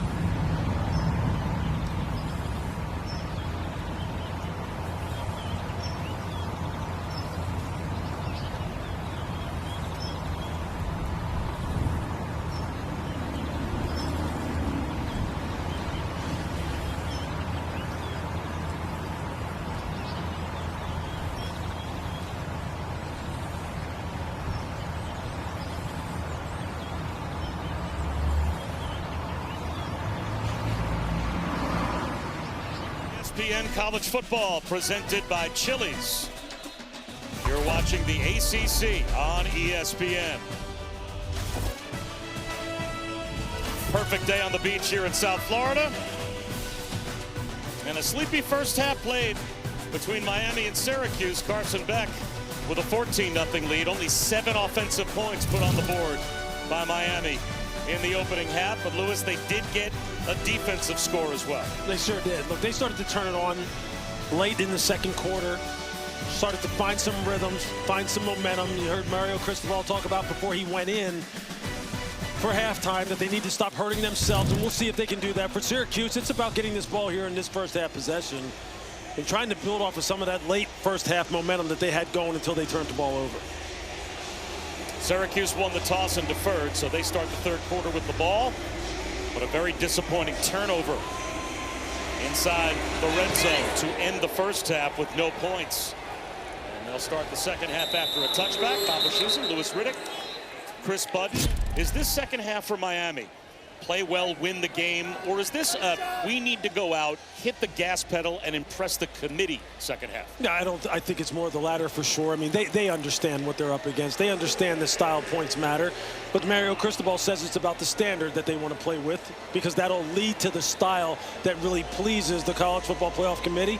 And they need to show that here early on. They need to have this be one of those games that ends up like the Stanford game ended up a couple weeks ago. 7-7 tied at the half. They wind up winning the game 42-7. I think ideally that's what they're looking for. Breaking free is Will Nixon. That's a great start to the second half for Syracuse, and Chris Budden had a chance to speak with Fran Brown. Chris? His message to the team, Bob, at half was, we had Miami ready to quit, and we let them off the hook with too many self-inflicted penalties, and we need to just be operating the offense better. For Ricky Collins, he called that interception pass the worst pass I've ever seen him throw. Other than that, I thought he had operated the offense in that first half pretty well. He's on the move here, and a down and out. Turning upfield is Darius Johnson. Close to a first down. Yeah, you know what, Chris, Bob, I agree with Fran Brown. He did look like someone who was starting to settle in. He never saw Keontae Scott dropping down in that cover 3 right there on the hash. He never saw him in the throwing lane, and that's a critical error. It's there, that half roll right there, that throw out to the perimeter. That's how it's supposed to look. Will Nixon has a first down, jitterbugging into the secondary again. Well, Nixon starts off the second half with a 23-yard run. Zach Poyser brings him down, but that's a gain of 9 more. Will Nixon playing for his dad, Jeff. From Nebraska to Washington to Syracuse. Seam shot, sliding catch made by Darrell Gill Jr. Boy, that rhythm we saw Syracuse end the first half with, they've got going again here in the second half to begin, as long as they don't turn it over. I mean, how good is that on the part of Ricky Collins? Jacoby Thomas coming right down the pipe on him. He fires the ball right into that blitz with a nice completion. And Nixon this time is met. Chase Smith shut the door. You get down inside here, they're in the high red zone, just outside the 20-yard line. Look, it gets tougher and tougher to throw the football down here. You typically want to be able to run this football, and defenses want to stop you from being able to run the football. But for Ricky Collins, it's about making good decisions, not putting the ball in harm's way, and for the backs, protect the football. And now it's a true freshman. And a tail back to the left of Collins. That's Tyreek Hill. Play action. Avoiding a sack, but eventually going down is Ricky Collins. He may have gotten back to the line of scrimmage. Armando Blunt made the stop. Now it's going to be 3rd and long. You're going to get pressure here. You're going to get pressure off the edge. Ricky Collins is trying to keep his eyes down the field, navigate the pocket. You see he's able to escape one, but then Blunt comes in and finishes him off. You can clearly see what Corey Heatherman, the defensive coordinator for Miami, is trying to do. He's saying, hey, look, this guy's getting too comfortable. We're not going to let this young quarterback settle in. We're going to start sending some extras after him. And they send extras again. Catch made by Gill. Shy of the 15-yard line, so it's going to be 4th down and about 3. You got players pointing at the sideline saying, we want to go for it. Let's see if Fran Brown lets them. 4th and 3 in the red zone. The offense staying out there, at least for now. You want to know when a quarterback starts to gain the respect of the defense. Now they're starting to put spies on Ricky Collins. When they send extra rushers, they have linebackers peeling off and spying Ricky as he starts to get more and more comfortable. It took Fran Brown a while to decide to go for the field goal, and they're trying to get lined up. 5 on the play clock. Trip Woody is ready. Will they get the snap off? They will not. It took them so long to make the decision on the sideline. Offense. 5-yard penalty. 4th down. That it cost them a delay of game penalty, so this will back it up to the 20, make it about a 37, 38-yard field goal attempt.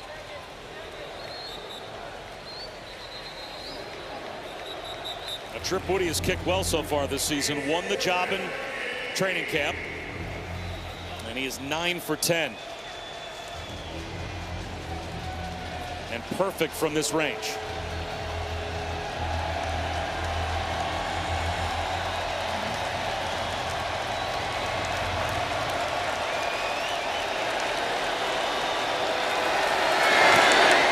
And he'll stay perfect. Right down the pipe.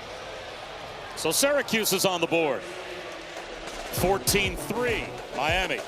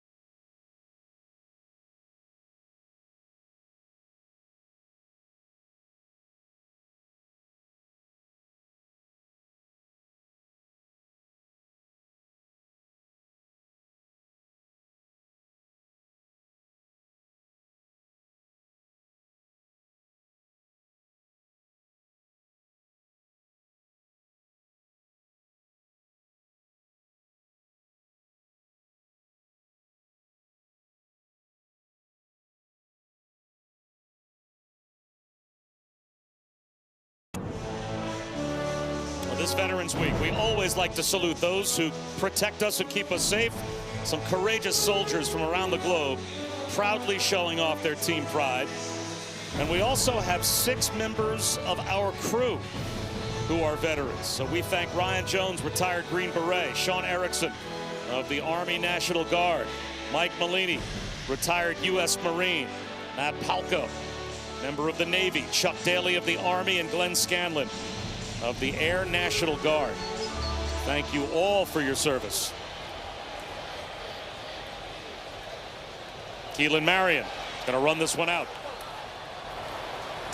ping-pongs out to about the 23-yard line. 14-3 Miami. They scored 2 touchdowns inside of 30 seconds, one offensively and one defensively, to take the lead at halftime. Syracuse with a field goal to start the third. The Keontae Scott pick six. That was a big game changer. It absolutely was. Look, the big plays have really turned this game around for Miami, but I think fundamentally the fact that they only have 28 yards rushing here in the first half of this football game, that's probably not exactly what Shannon Dawson had in mind, especially against a team that has really struggled to stop the run, that has been pushed around up front like Syracuse's defense. See if they can try to establish that again here in the second half. Jordan Lyle with a stiff arm, no gain. He might have lost a yard. A little something extra on the sideline, and a flag is thrown. It looked like Kevin Chopity jumped in late for Syracuse. Personal foul, face mask, defense number 8. 15-yard penalty, automatic, first down. Instead, it's David Reese called for the face mask. Okay, you can see Reese, his left hand is right up underneath the chin of Jordan Lyle.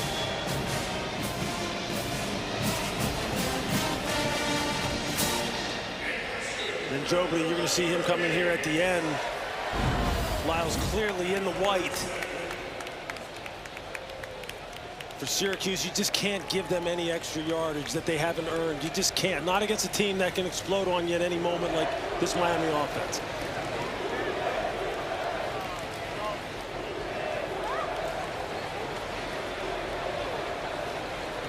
Play clock at 2 for Beck. They barely get it off. There's Jordan Lyle again. Well, this Miami offense last year, led by Cam Ward, 10 times went over 500 total yards. This year, against USF and Bethune-Cookman, those are the only 2 500-yard games they've had. And unless they really explode here in the second half, they're not going over 500 against Syracuse today either. They've only got 167 total yards to this point. Beck, seam shot, and strike!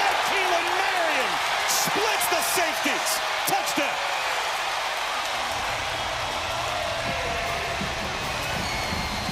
Maybe I spoke too soon.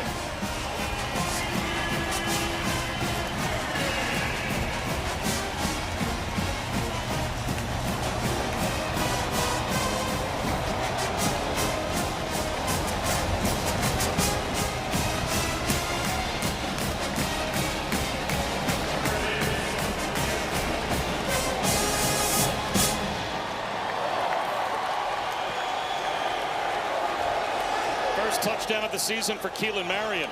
And Carson Beck, number 2 among active FBS players in total career yards coming into today.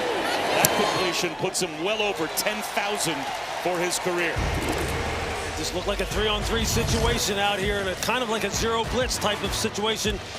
Davian Kerr, it looks like he tries to undercut the quick slant route and takes a bad angle. Keelan Marion to the house.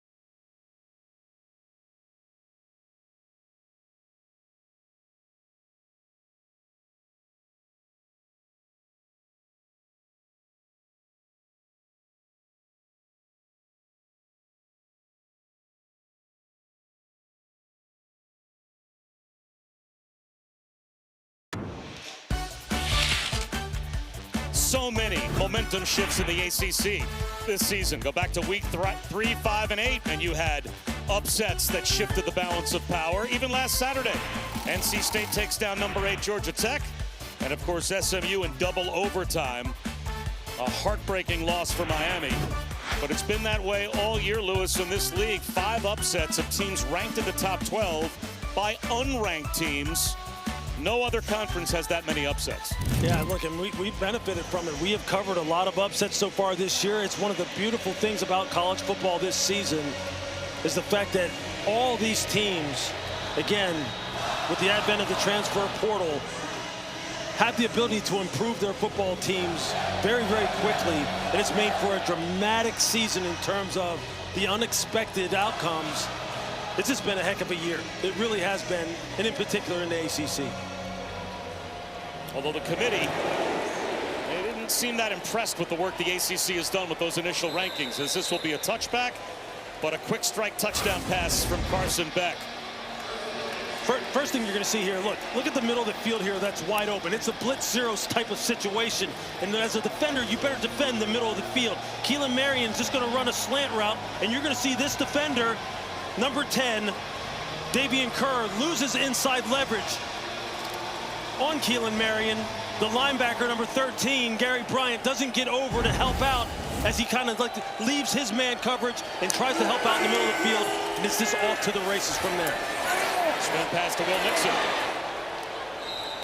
He picks up 8. Fran Brown not happy.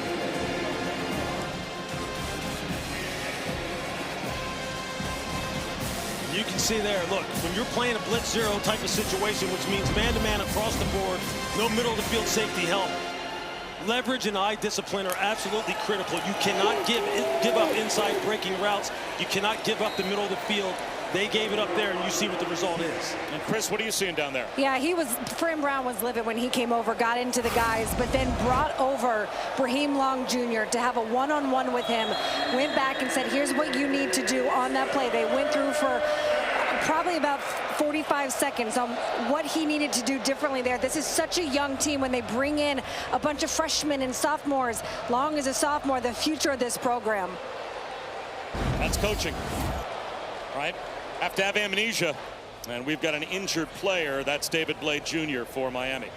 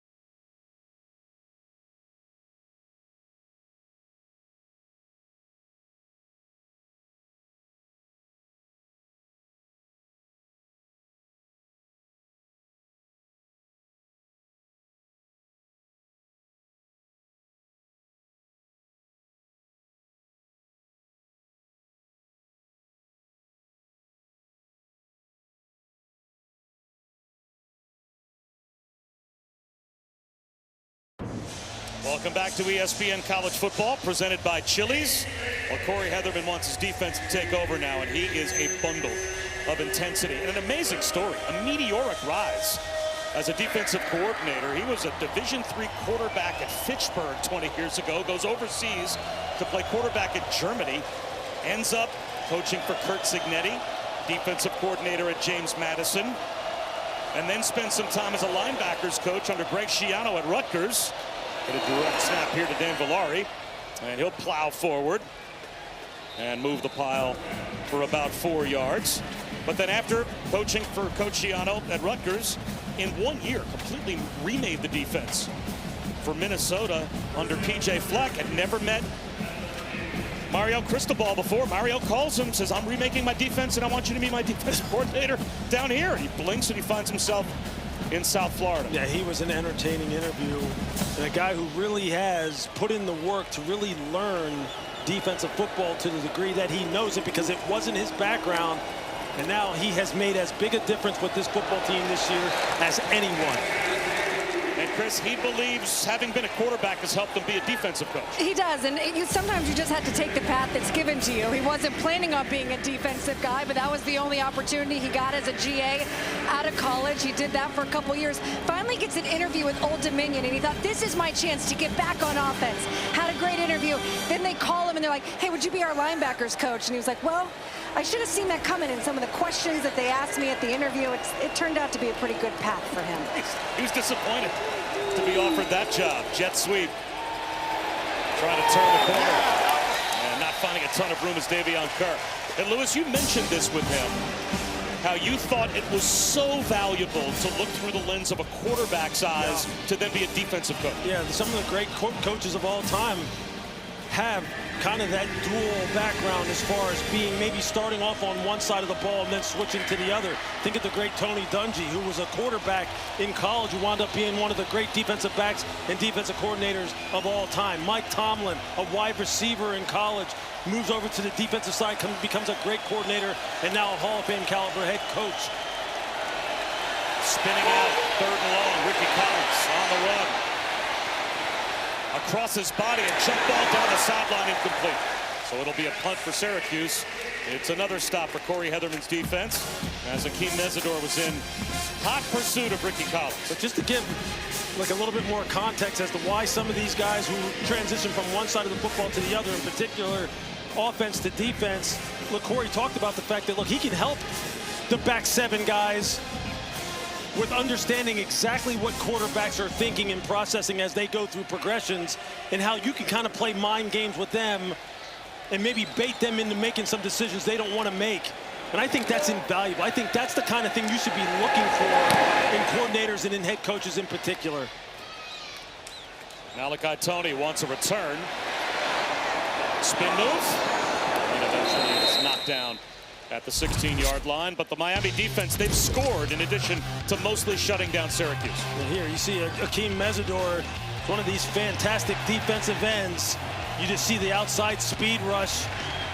And then the pick 6 by Keontae Scott, just sitting in the throwing window perfectly, making the catch and then taking it to the house. And then Mesidor again, right before the end of the half.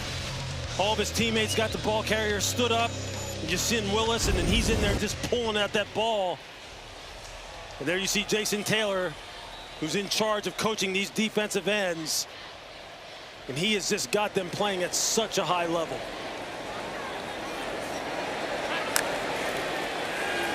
Carson Beck starts this drive with a check down to Shamar Brown. And what does it say that the entire defensive coaching staff for Mario Cristobal changes except for that guy? He wanted Jason Taylor back. He told Corey Heatherman, I've got your defensive line coach for starters. Yeah, I mean, he's a great communicator. He's a great communicator. He really does develop great relationships with all these young men, the defensive ends in particular, but the defensive line as a whole. And Jason is totally invested. And he knows exactly what these young men need to hear, how to really give them tips to really help them out on the football field. Next snap to Malachi Tony for a first down. They've had a hard time getting him touches, so just snap it to him.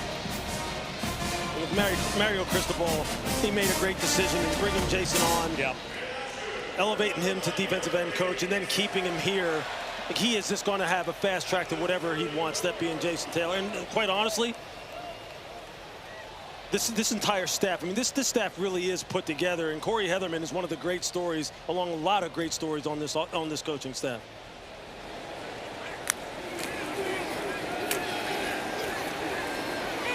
Jamar Brown for 3. I'm not sure how much money Jason Taylor made playing in the NFL, but I'm going to wager it was enough that he doesn't necessarily need the job. No. Right, like, he is invested, and he's a position coach.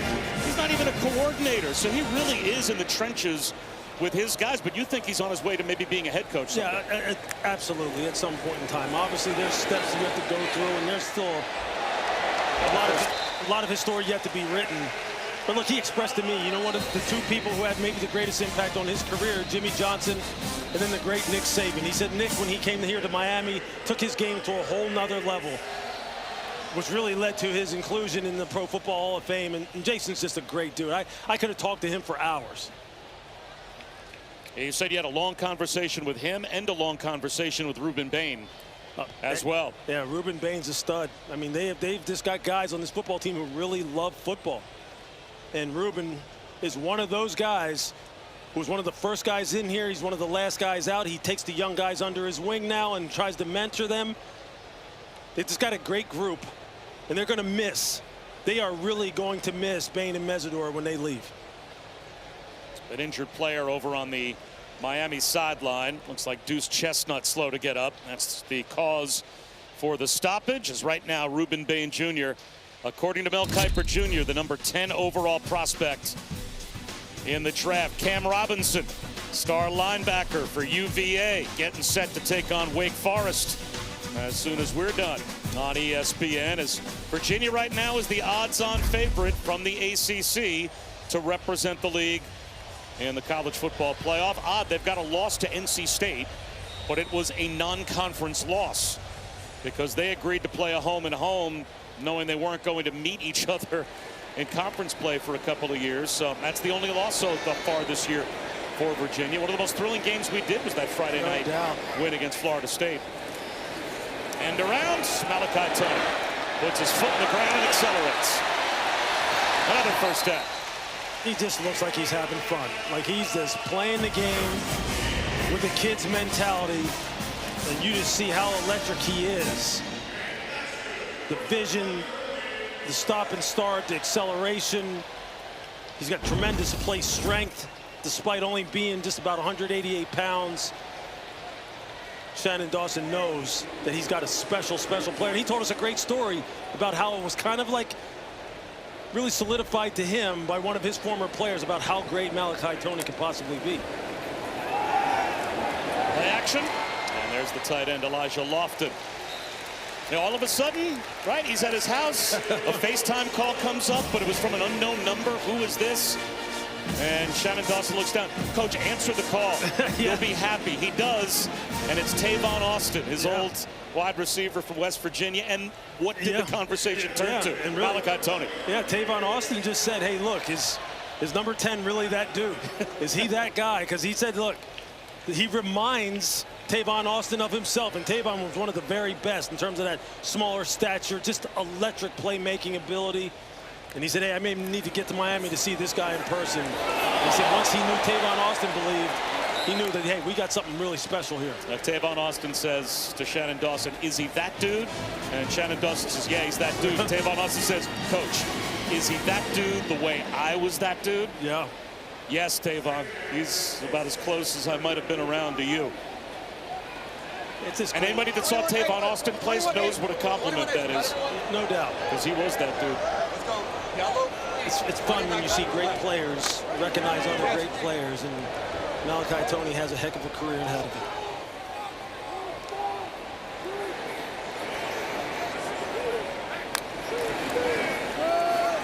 Hand it off to Gerard Pringle Jr. By the way, that's another true freshman.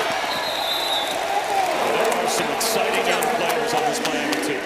He's got 10 yards. Yeah, they told us that Pringle was going to get some run along with Lyle and Shamar Brown, and there you see just another young freshman that is trying to get some game action.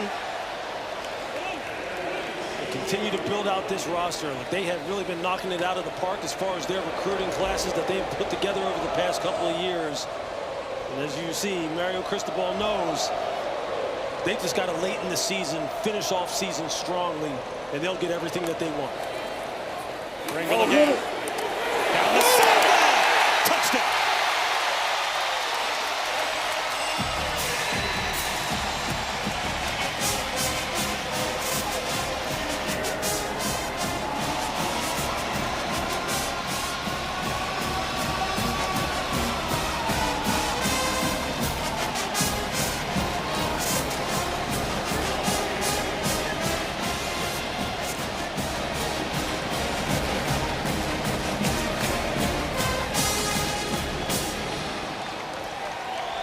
Good old-fashioned power football, gap scheme football, triple pullers around the edge.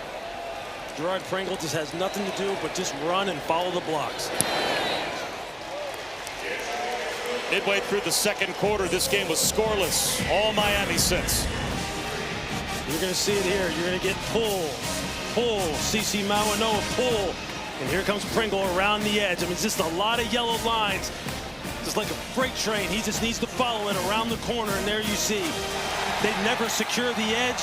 That being Syracuse's defense, that's just an easy read. Here you got about 900 pounds coming at you.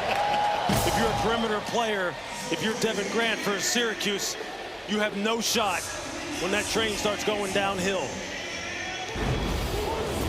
You said that like somewhere in your memory bank you remember that being unpleasant. Yeah, I've been in those situations where the big guys are coming out there with a full head of steam, and it's just not fun. And when you have backs as talented as Pringle, as talented as Fletcher when he's healthy, Shamar Brown, Jordan Lyle,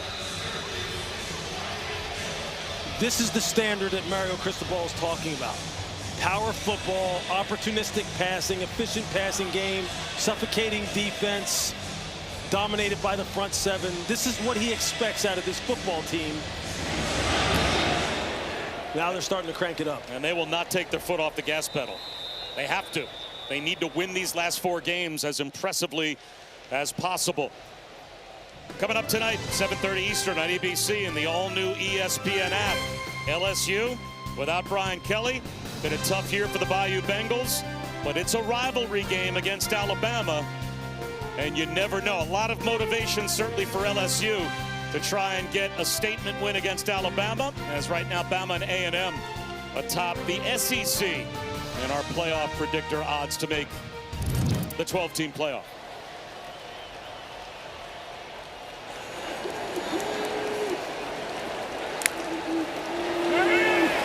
Collins tripped up and he goes down. Another sack. Jacoby Thomas on a blitz. You're just going to see Jacoby Thomas is coming off the edge, and watch, you're just going to see the running back, Will Nixon, just get run over. He's just not able to get his feet settled. Jacoby Thomas, just with the power and the intensity, and you see this Miami defense really starting to crank it up.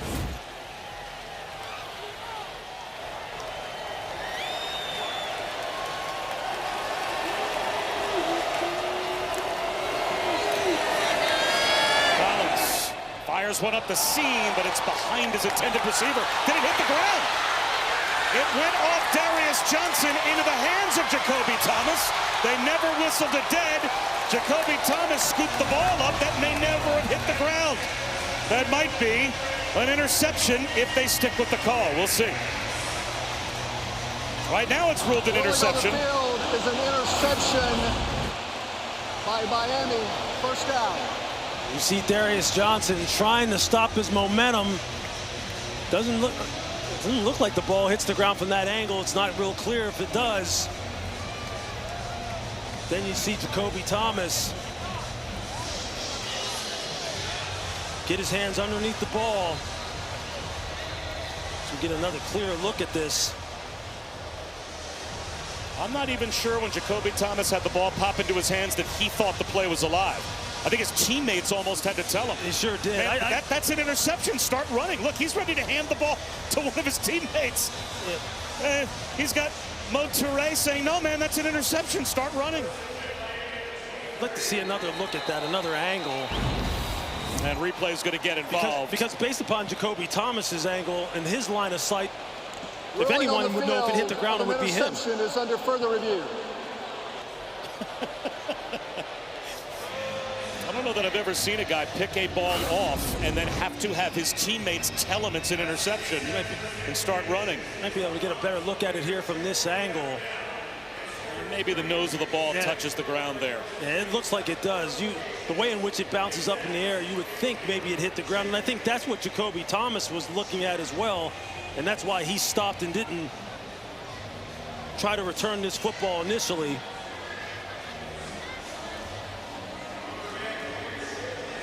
He clearly catches the ball out of the air. Question is whether or not that tip of the ball did hit the ground. And at full speed, such a bang-bang play. You can certainly understand why the officials, the way the ball popped up, thought it might have still been alive. You see it bounces off of the face mask. It's right there. Is that where the ball hits the ground, and that's why it pops up in the air the way it does? Again, they ruled it an interception on the field, so they have to have indisputable video evidence that the ball touched the ground.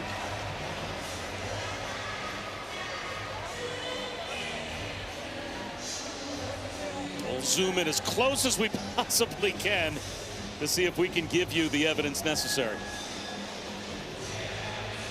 It's hard to get a look at it from this angle. It did even just before Darius Johnson hit the turf. It looked like you might be able to see the nose of the ball on the ground on that shot.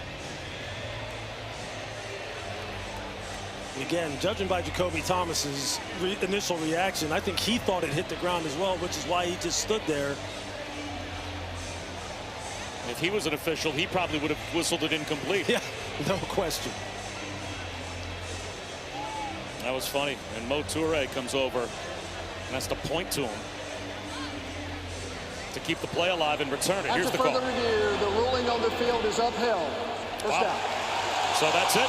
There you go. They did not have enough evidence to say that the ball definitively hit the turf, and it wasn't the hand of Darius Johnson that knocked it up in the air. So they stay with the call on the field, and it turns out to be a surprise Jacoby Thomas interception, one play after the sack. That's why you're always coached to finish plays out until the referees declare whether or not what the play actually was. And look, that's just another opportunity here for Miami now to really start pouring it on. This reminds you a little bit of that Stanford game and how they came out in the second half, got some turnovers, had some short fields. There's Pringle bouncing off tacklers.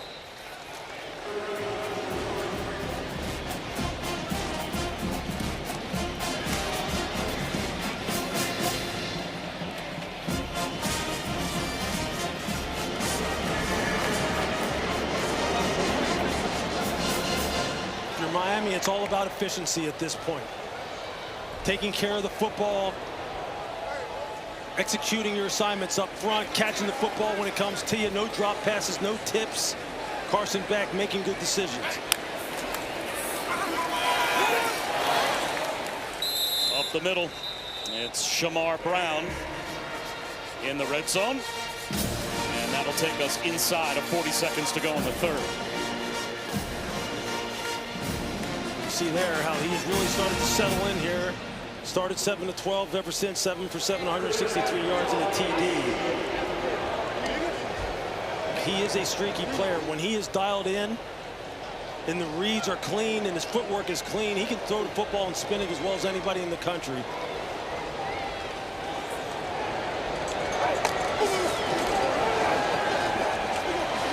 All day to throw for Carson Beck. Nearly throws an interception. Devin Grant almost made a one-handed pick. Yeah, this is not what you're looking for. There, you see him here. He's really trying to scan the field and really throws it in the harm's way. Where basically throws this ball into triple coverage. He's trying to get this to Alex Bauman in the middle of the field, and you can see there's a linebacker, Devin Grant, standing right in front of him, the nickel defender. and you got two defenders converging on his tight end running that crossing route, that ball was never going to be completed.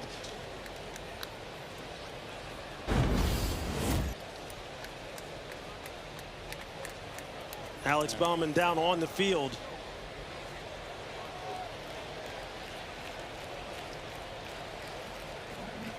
So while they take a look at Alex Bauman, again, Miami comfortably in front now, looking to add to the lead.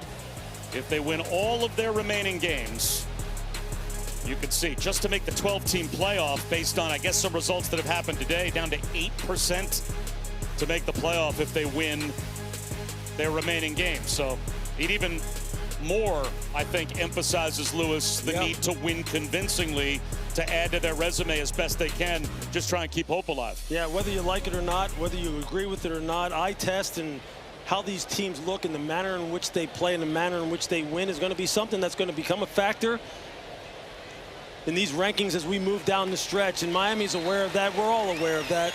And that's why playing clean football, efficient football, and dominating opponents is something that they're simply going to have to do in order to give themselves a chance.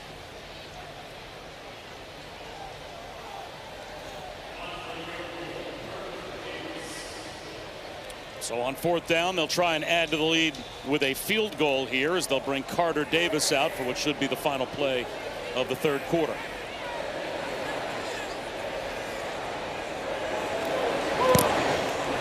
He adds 3 more. And that will take us to the end of the 3rd.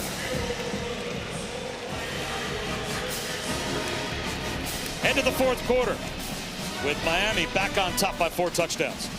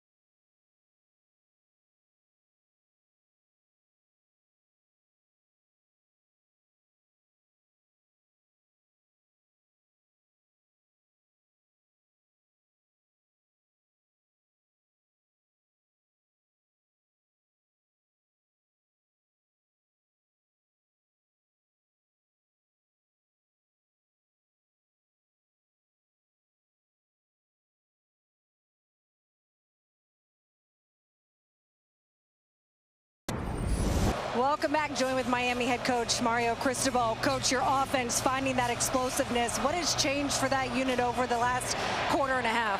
Yeah, I think, at the end of the first half, we started finding our rhythm a little bit. We started doing a better job versus some of they're mixing up zone and man really well, and our quarterback's finally figuring them out a little bit. And we're starting to hit some of these outside and inside run combinations that we put together, so we're starting to get in rhythm. Thank you, Coach. Thank you. I'll say 31-3.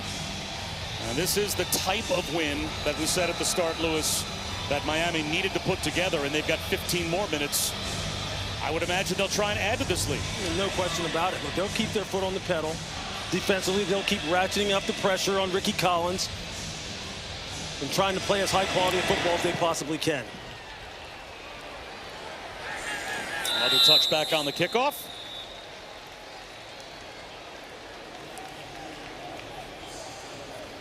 Last week, Syracuse really struggled offensively, and they've had some moments tonight where they put some drives together against Miami. Wake Forest and Virginia coming up next here on ESPN. DeMont Claiborne averaging 6 yards per carry, top 4 in the ACC, and they will look to try and knock the only conference unbeaten off for the first time this season, as Virginia's got a 5-0 record in the ACC. Fumbled snap on the exchange, and gathering it in and avoiding a giveaway is Tyreek Hill. And it looks like Villari might be hurt. You see again, this defensive line just continuing the hunt, continuing to play with some abandon. You see, I think it was Mesidor coming from the backside. Ruben Bain setting the edge front side. And Mesidor rolled up on the left knee of Dan Villari, who we had a chance to speak to this week. Talk about a leader, a guy that went to Michigan as a quarterback, transferred to Syracuse to try and play quarterback, but then he ended up as a backup, almost transferred out. His dad talked him out of it, though, after a couple of years ago the coaches suggested, why don't you try tight end? We think you could be a good one. And he is probably headed to the NFL as a tight end. Yeah, he has got tremendous skills, tremendous route running skills. He's a great competitor in the run game. He's got a great attitude. He wanted to finish out this season strong and do whatever he could to keep this program moving in the right direction. Another sack. Ruben Bain Jr. plants Ricky Collins. An 8-yard loss. And then Ruben Bain just basically runs around Cam Pringle. You're going to see it right here. Pringle never really gets a hit on him. He comes off the line with great get off and is able to get that inside shoulder down to where the punch goes right over top of his back and then just flatten down the line of scrimmage. These two defensive ends, Mesidor and Bain, just put in so much work. Everyone down here talks about their work ethic and how they have continued to try and pass on what they have learned to all the young defensive ends and defensive linemen in the room. A screen to Darian Williams. And it'll be 4th and long. I think Corey Heatherman talked about the fact that Akeem Mesidor in the offseason was really one of the guys who spearheaded the kind of ascension of this defensive group with his leadership and the standard by which he thought that this defense needed to play. As you see Mel Kiper's draft rankings there, Bain first overall as far as the defensive ends are concerned, and then Keldrick Falk, who we've seen down at Auburn a year ago, and then Mesidor. Stonehouse with a punt up against the sideline. And stepping out of bounds is Malachi Toney. Miami has it back.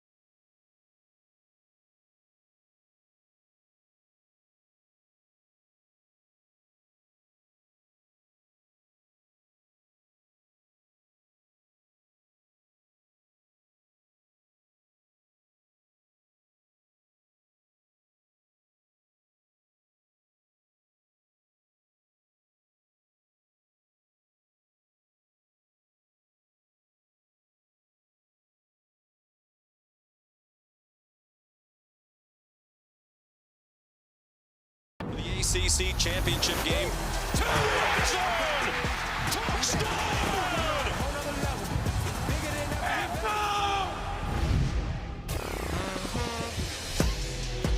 Well, one thing we know for sure, the winner of that game is going to the college football playoff. Who will play in the ACC championship game? That certainly remains to be seen. Virginia right now in the driver's seat atop the league, but they've got 5 one-loss teams, Lewis, in their rearview mirror, and a lot can happen, as we know, in college football over a 4-week span. No question about it. No question. It's going to come down to the wire. Every game matters here. We are in playoff mode right now. Well, Miami is certainly there as Pringle gets taken down near the line of scrimmage. Tackle made by Singleton.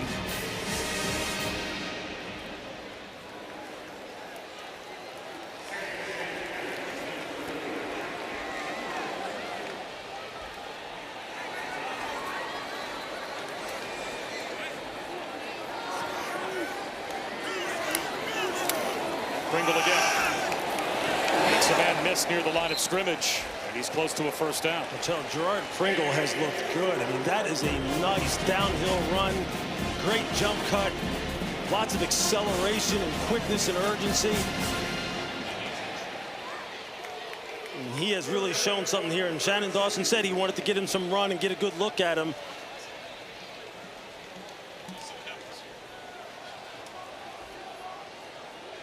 Third down and 2 as we approach 3 minutes gone by in the fourth quarter. They'll run it again, and it's a first down spin move. Nicely done by Shamar Brown. Well, the reason Miami's trying to add style points to these wins is because they were ranked 18th in the initial college football playoff rankings. Now, interesting, Lewis, because the team they beat opening weekend was ranked 10th. Was that eye-opening to you at all, that Notre Dame would be 8 spots ahead of a team they lost to? Yeah, it really was, and I think it was eye-opening to the Miami coaching staff as well. And that's why now, look, the only thing they can do now is really to try and pour it on here late in the season and have some convincing wins to where now people really have to go back into those meeting rooms and really think about how they're going to ultimately stack these teams. Carson Beck swings one to the sideline. And juking his way for about 3 yards is Shamar Brown. Chris. Yeah, Bob, it's easy for us to look between the two because of the head-to-head with Notre Dame and Miami. But because they're 8 spots different, the committee would not look at those two on the screen at the same time. I've been through the selection process, the mock a couple times, and they only can compare 3 teams at a time. So if it was 10 and 12, you could put 2 teams on the board in their resume and the comparisons between the two. But you don't when it's all the way from 10 to 18. Backwards pass to Tony, and he is drilled. True freshman on true freshman as Demetrius Sanders Jr. came up to make the stop. And that is interesting. Although, Lewis, at some point, the conversation has to be between Miami and Notre Dame. If they had a head-to-head matchup and Notre Dame lost in that game, I mean, you have to think that that conversation happens in the room at some point. No question. At some point, I'm sure it does. I'm sure it does. Look, look, it's a tough job that the committee has right now to really ultimately find who are the 12 best teams to put into this playoff bracket and let them go at it to determine a national champion. And there's a lot yet to be said about how this is all going to look. Breaking a tackle is Brown. And he gets out close to the 38-yard line. Well short. That'll be 4th down. And for the first time in a while, Miami will send the punt crew back.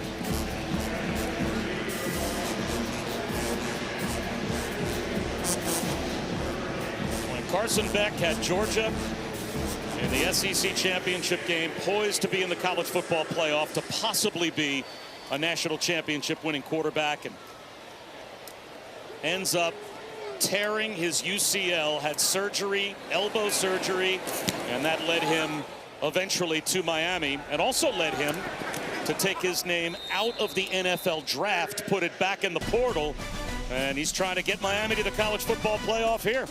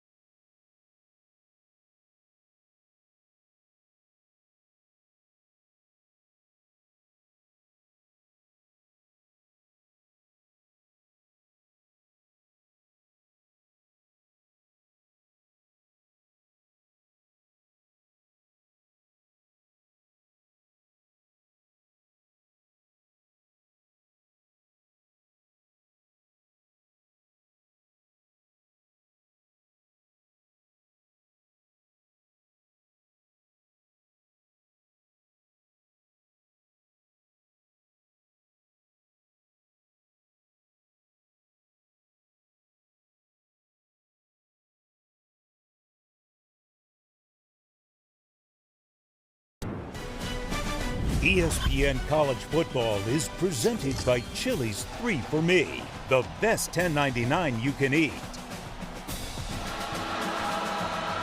This has become the trend that is sweeping the nation. Shirtless guys celebrating, everyone coming up to a section. Actually started 3 weeks ago in Stillwater at Oklahoma State. It started with one fan and a bet by his sister. He took his shirt off. Everyone then kind of joined them. They've continued to do it. And some guys maybe went to go to the mall, maybe go buy a shirt, maybe go do something else. Here's a play on words for you. In Stillwater, they call it Section 2, No Shirty 1. Well, that's where they all were. So they got on television, they waved their shirts. Our work is done here. And they have vacated. I guess all gone back to their seats. Back to the ground is a true freshman, Tyleik Hill, trying to make an impact. He came into tonight with only 7 carries on the season. But getting some run here for Fran Brown in the 4th quarter. And they'll give it to him again. And he makes another terrific move. Downhill through the hole at the line of scrimmage for a first down out to the 42-yard line. Just a nice run by Tyleik Hill. Again, this Syracuse football team continuing to compete, continuing to gather information for the 2026 season. But Fran Brown knows that there's still a lot of work yet to be done. And they are hard on the recruiting trail. They have some good players coming in, and he believes that 2026 is going to be a good season for this football team. This has been a rough couple of weeks for him. He has made changes on the coaching staff. He has played a lot of young players. Just a lot going on with this football team. The better days are ahead. Spin move for a couple more yards for Tyleik Hill. Well, when Fran Brown had an NFL quarterback last season, they were a 10-win team. And Kyle McCord, who became an Eagles draft choice, and he won as many games as any coach in his first year at Syracuse ever had. Paul Pasqualoni in 1991 in his first year also won 10. And they were a 10-win team last season. And for a good portion of the season had the #1 pass offense in America. They averaged 307 yards a game. Another crease. This time it's Will Nixon for a first down. It's not going to make Corey Heatherman happy. You're just going to see Will Nixon just get that ball back out the backside and accelerate onto the second level. He's had a couple good, nice runs here tonight as well. Miami, first of the half. So Miami will call timeout. Well, talking to coming for their defense.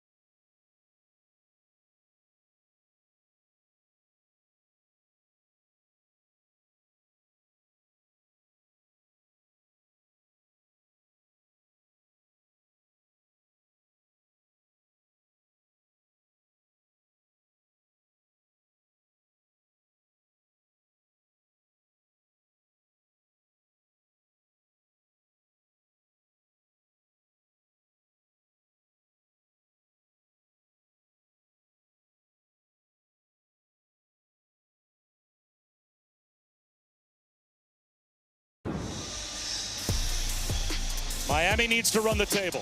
And even if they do, at least based on our All-State playoff predictor, it is a deep hole that they have dug themselves.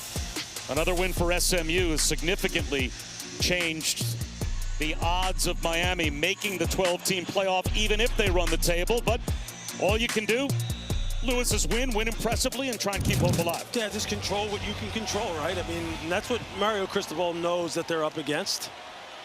And just playing to their standard is what he emphasizes with this program day in and day out. And as you can see, there's no let up. They are still flying to the football.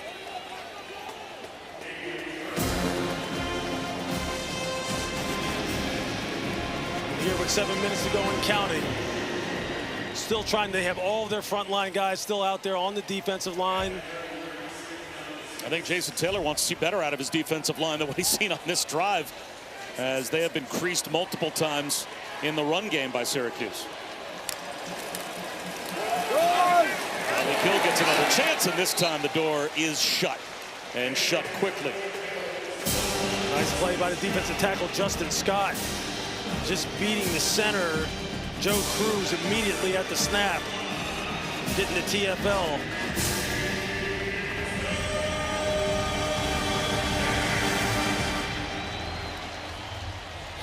So now 3rd down and 7.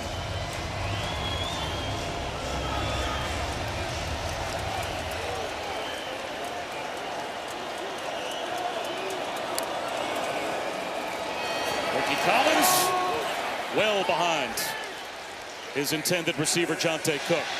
So now it's 4th down and 7. And there was some pressure applied.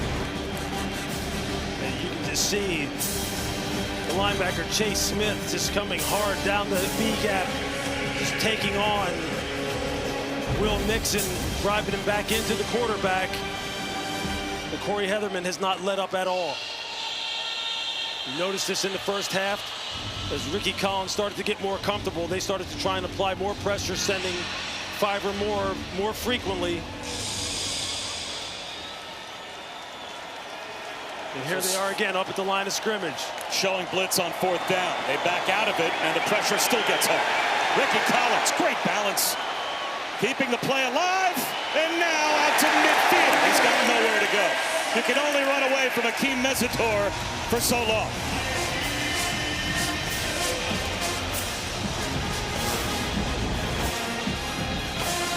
Just see the pressure. You're going to get drop out, and then pressure off the edges. Just trying to deceive the offensive line, trying to attack the protections. Ultimately, still just rushing with 4, so it's a simulated pressure. You're just trying to make this offensive line figure out where the pressure is going to come from. As you see defensive end coach Jason Taylor, this is what defensive linemen feast off of. This is what they live for. These situations where they know you got a quarterback in a must-throw situation. And then you see 6 sacks, 10 TFLs, and a forced fumble, 2 interceptions. You can't really ask for much more than that. And one of those a pick 6 from Keontae Scott. By Tony. Well, check that. That's Gerard Pringle, and it's another chunk run. And here you see this defensive line. They have gradually tuned it up all day long. Here, Bain with the chop. And then just bending the edge. Akeem Mesidor here. Look at the hand use. Try and swat the hands down and then throw the rip move and close down the line of scrimmage. Then here it's just Bain just relying on his get off, his pad level, and his ability to flatten down the line of scrimmage then and close on the quarterback. Blitz from Syracuse. Carson Beck throws it behind JoJo Trader, and he reaches back, makes a good catch. 5 minutes to go. This has been an absolute pass rushing clinic with all the different moves you see these young men utilizing.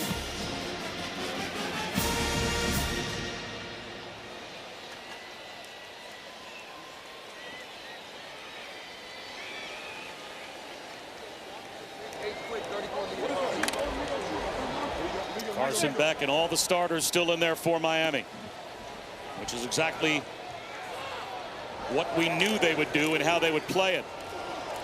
Pringle. Makes it 3rd down and about 3. Well, tonight, 7 Eastern on the ACC network. It's ACC Primetime presented by Serve Pro. The Noles taking on Clemson in Death Valley.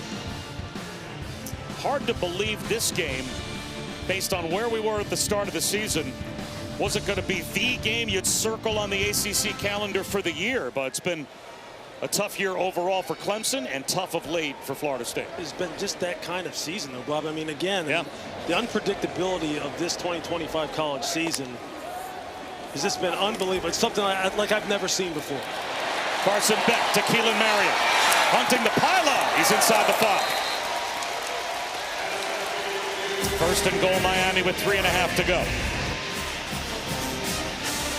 Just see Keelan Marion running the shallow cross on that little mesh concept underneath where you have 2 shallow crossers going in opposite directions, anticipating man coverage, able to catch it on the run and then get the ball upfield.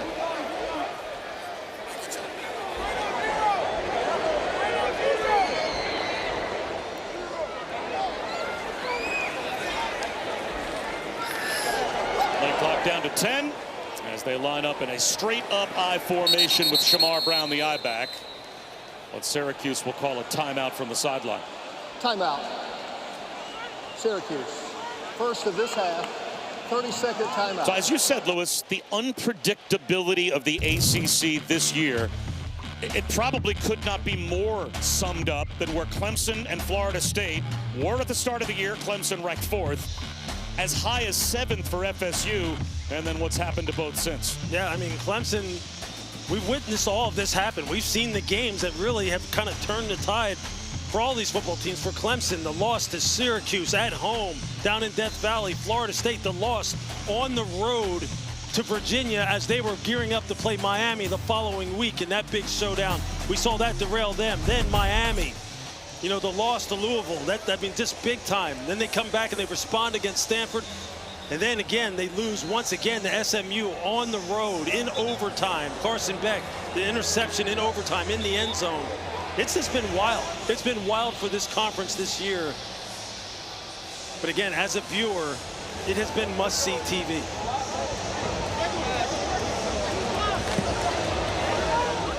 So after the Syracuse timeout, and they're still trying to run players off the field and get lined up.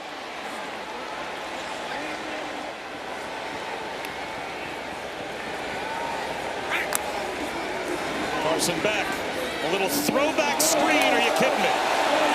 He throws it back to CC Maui-Noa, the tackle, and it's a big man touchdown.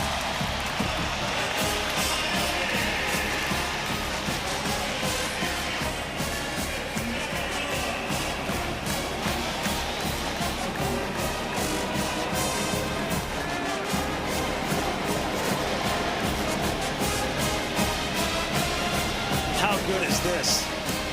Shannon Dawson just reaching into his bag of tricks to get his All-American and surefire first-round offensive tackle, a touchdown.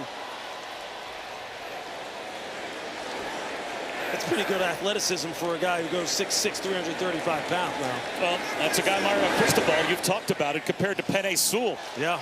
And a player that he was able to get when he was in Oregon.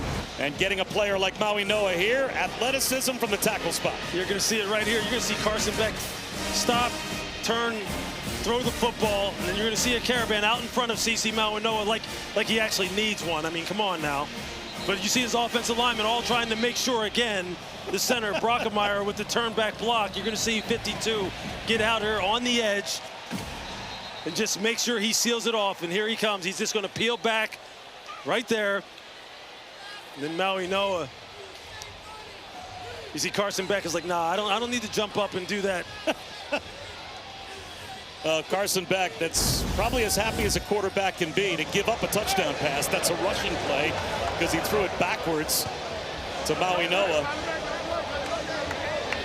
But he, of course, played last year with his brother, who's now with the Jets. They both come from American Samoa, where this sport, football, has become the sport of their island. And I remember talking to Kiko last year and said, look, we don't have a lot of teams.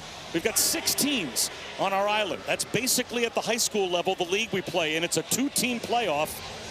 But the coaches and everybody on our island loves the sport so much and are so invested. It's not unusual to have big-time players from American Samoa arrive here. And next season, both Maui Noa brothers could be playing in the NFL. Look, and Shannon Dawson and this coaching staff, the offensive coordinator Shannon Dawson and Mario Cristobal talked about they wanted this football team to play loose.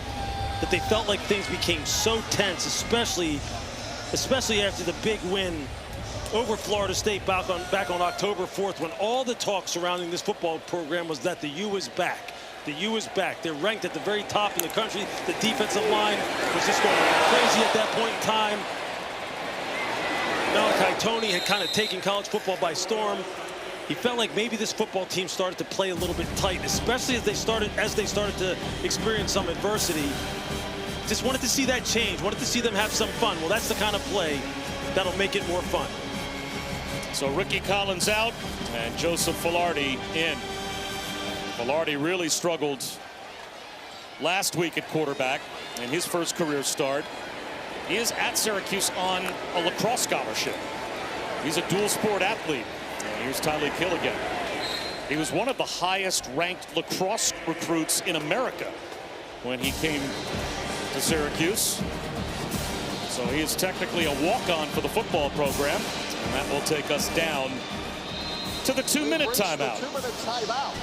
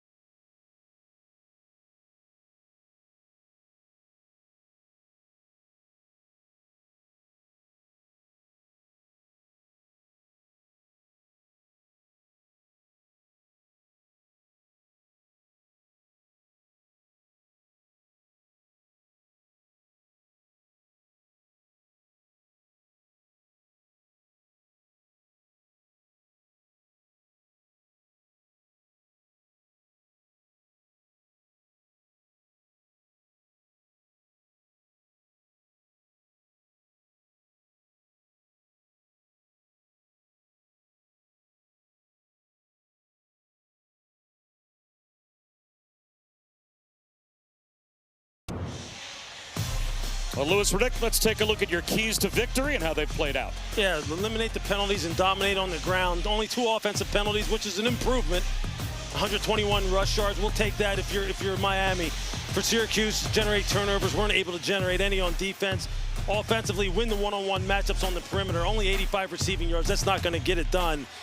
And for for Miami's defense, allow less than 75 yards rushing. They gave up 151, but they got a pick 6. They got a touchdown, and they have really, really gotten after the quarterback here tonight.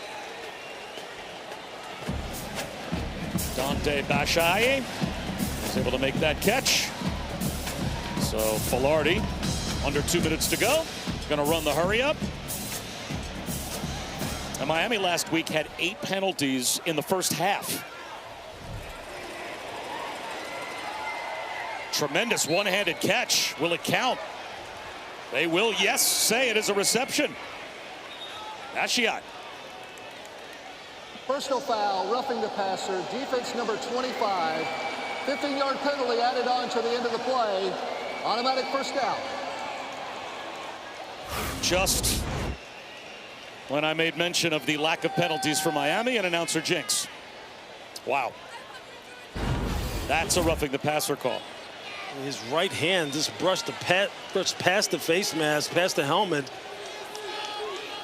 Miami has not had much luck with these very questionable roughing the passer penalties over the past 2 weeks. Yeah, last week, Marquise Lightfoot was hit with a brutal call when the officials were blowing a play dead, but the crowd noise, he didn't hear the whistle, came in and bumped Kevin Jennings and almost tried to hold up and hold him up. Yeah. And they called him for roughing the passer, and that 15 yards played a huge role in SMU getting into field goal range to force overtime. Absolutely. I mean, those are the kind of things that just seem so unnecessary. I mean, obviously they're all judgment calls on the part of the referees, and they're trying to protect the players as best they can. You just don't like when it really affects the outcome of the game. Jaden Hart inside the 5-yard line. So Syracuse playing for pride, trying to find the end zone before this game ends. And now a false start. Now they can avoid the 10-second runoff by using a timeout.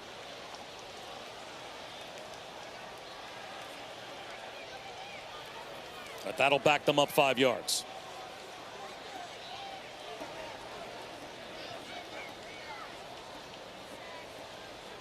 It looks like Fran Brown is going to use the timeout. Offense, number 77, 5-yard penalty, first down. That also qualifies for a runoff. However, Syracuse has used their timeout to avoid a 10-second runoff. So timeout, Syracuse. That'll put them back closer to the 10-yard line.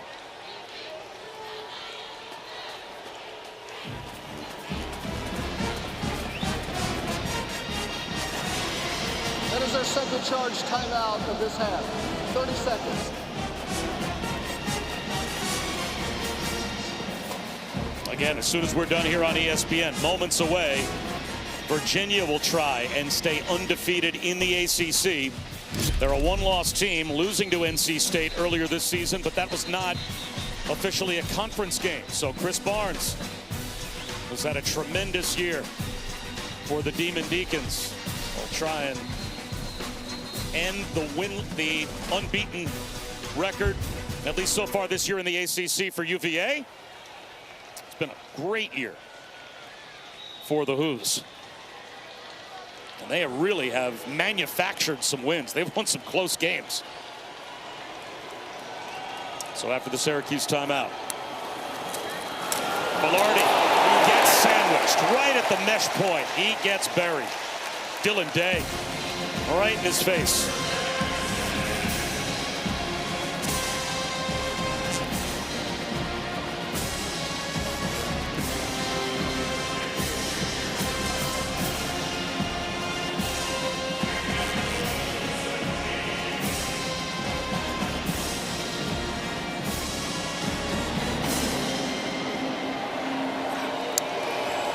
Miami brings a blitz.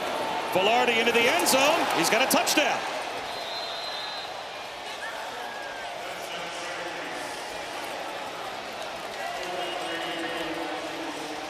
Washington Baker, the tight end. is able to run right up the seam for a score. No one carries Baker up the seam. Just an easy throw and catch here. As you see, a lot of the backups, a lot of young players in the game for the Miami Hurricanes. This is where you start having maybe some communication breakdowns, guys who haven't been out there in live game action, who haven't gotten a lot of reps. Sometimes the communication starts to break down, especially down here in the red area, which is an area of the field we talk about a lot. That's the first career touchdown pass for Filardi, the dual sport athlete. So he struggled last week. Feel good for a young man, a true freshman, to go in there, throw a touchdown pass.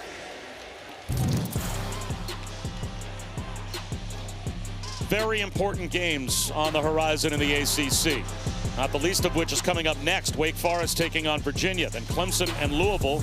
That's the Friday night game.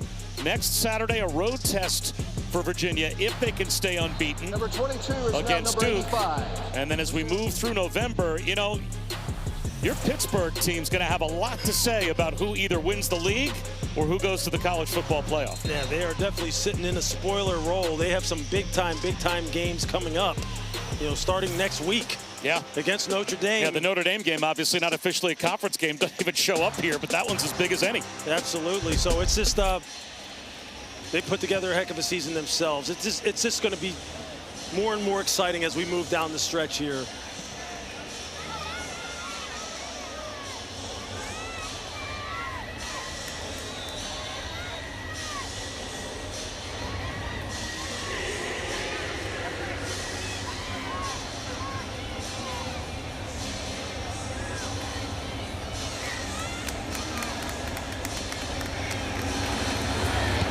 So a squib kick, and it's going to bounce all the way through, and caught on the dead run with a flag down.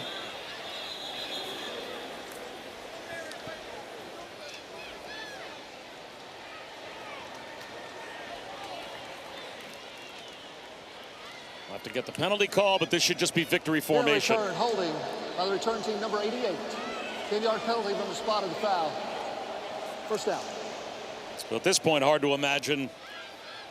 It looks like Emory Williams is going to go out to take the snap for Mario Cristobal. It's going to be anything more than just victory formation and a 38-10 win for the Canes. 83 is now number 65 for Miami.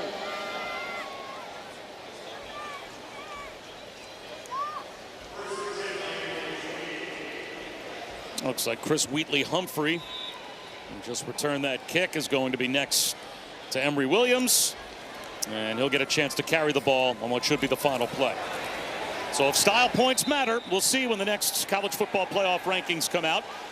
Miami rolled up some style points, Lewis, tonight as they win this one 38-10. Yeah, they played about as well as they could possibly play, although they left obviously some better plays on the field that maybe they could have made.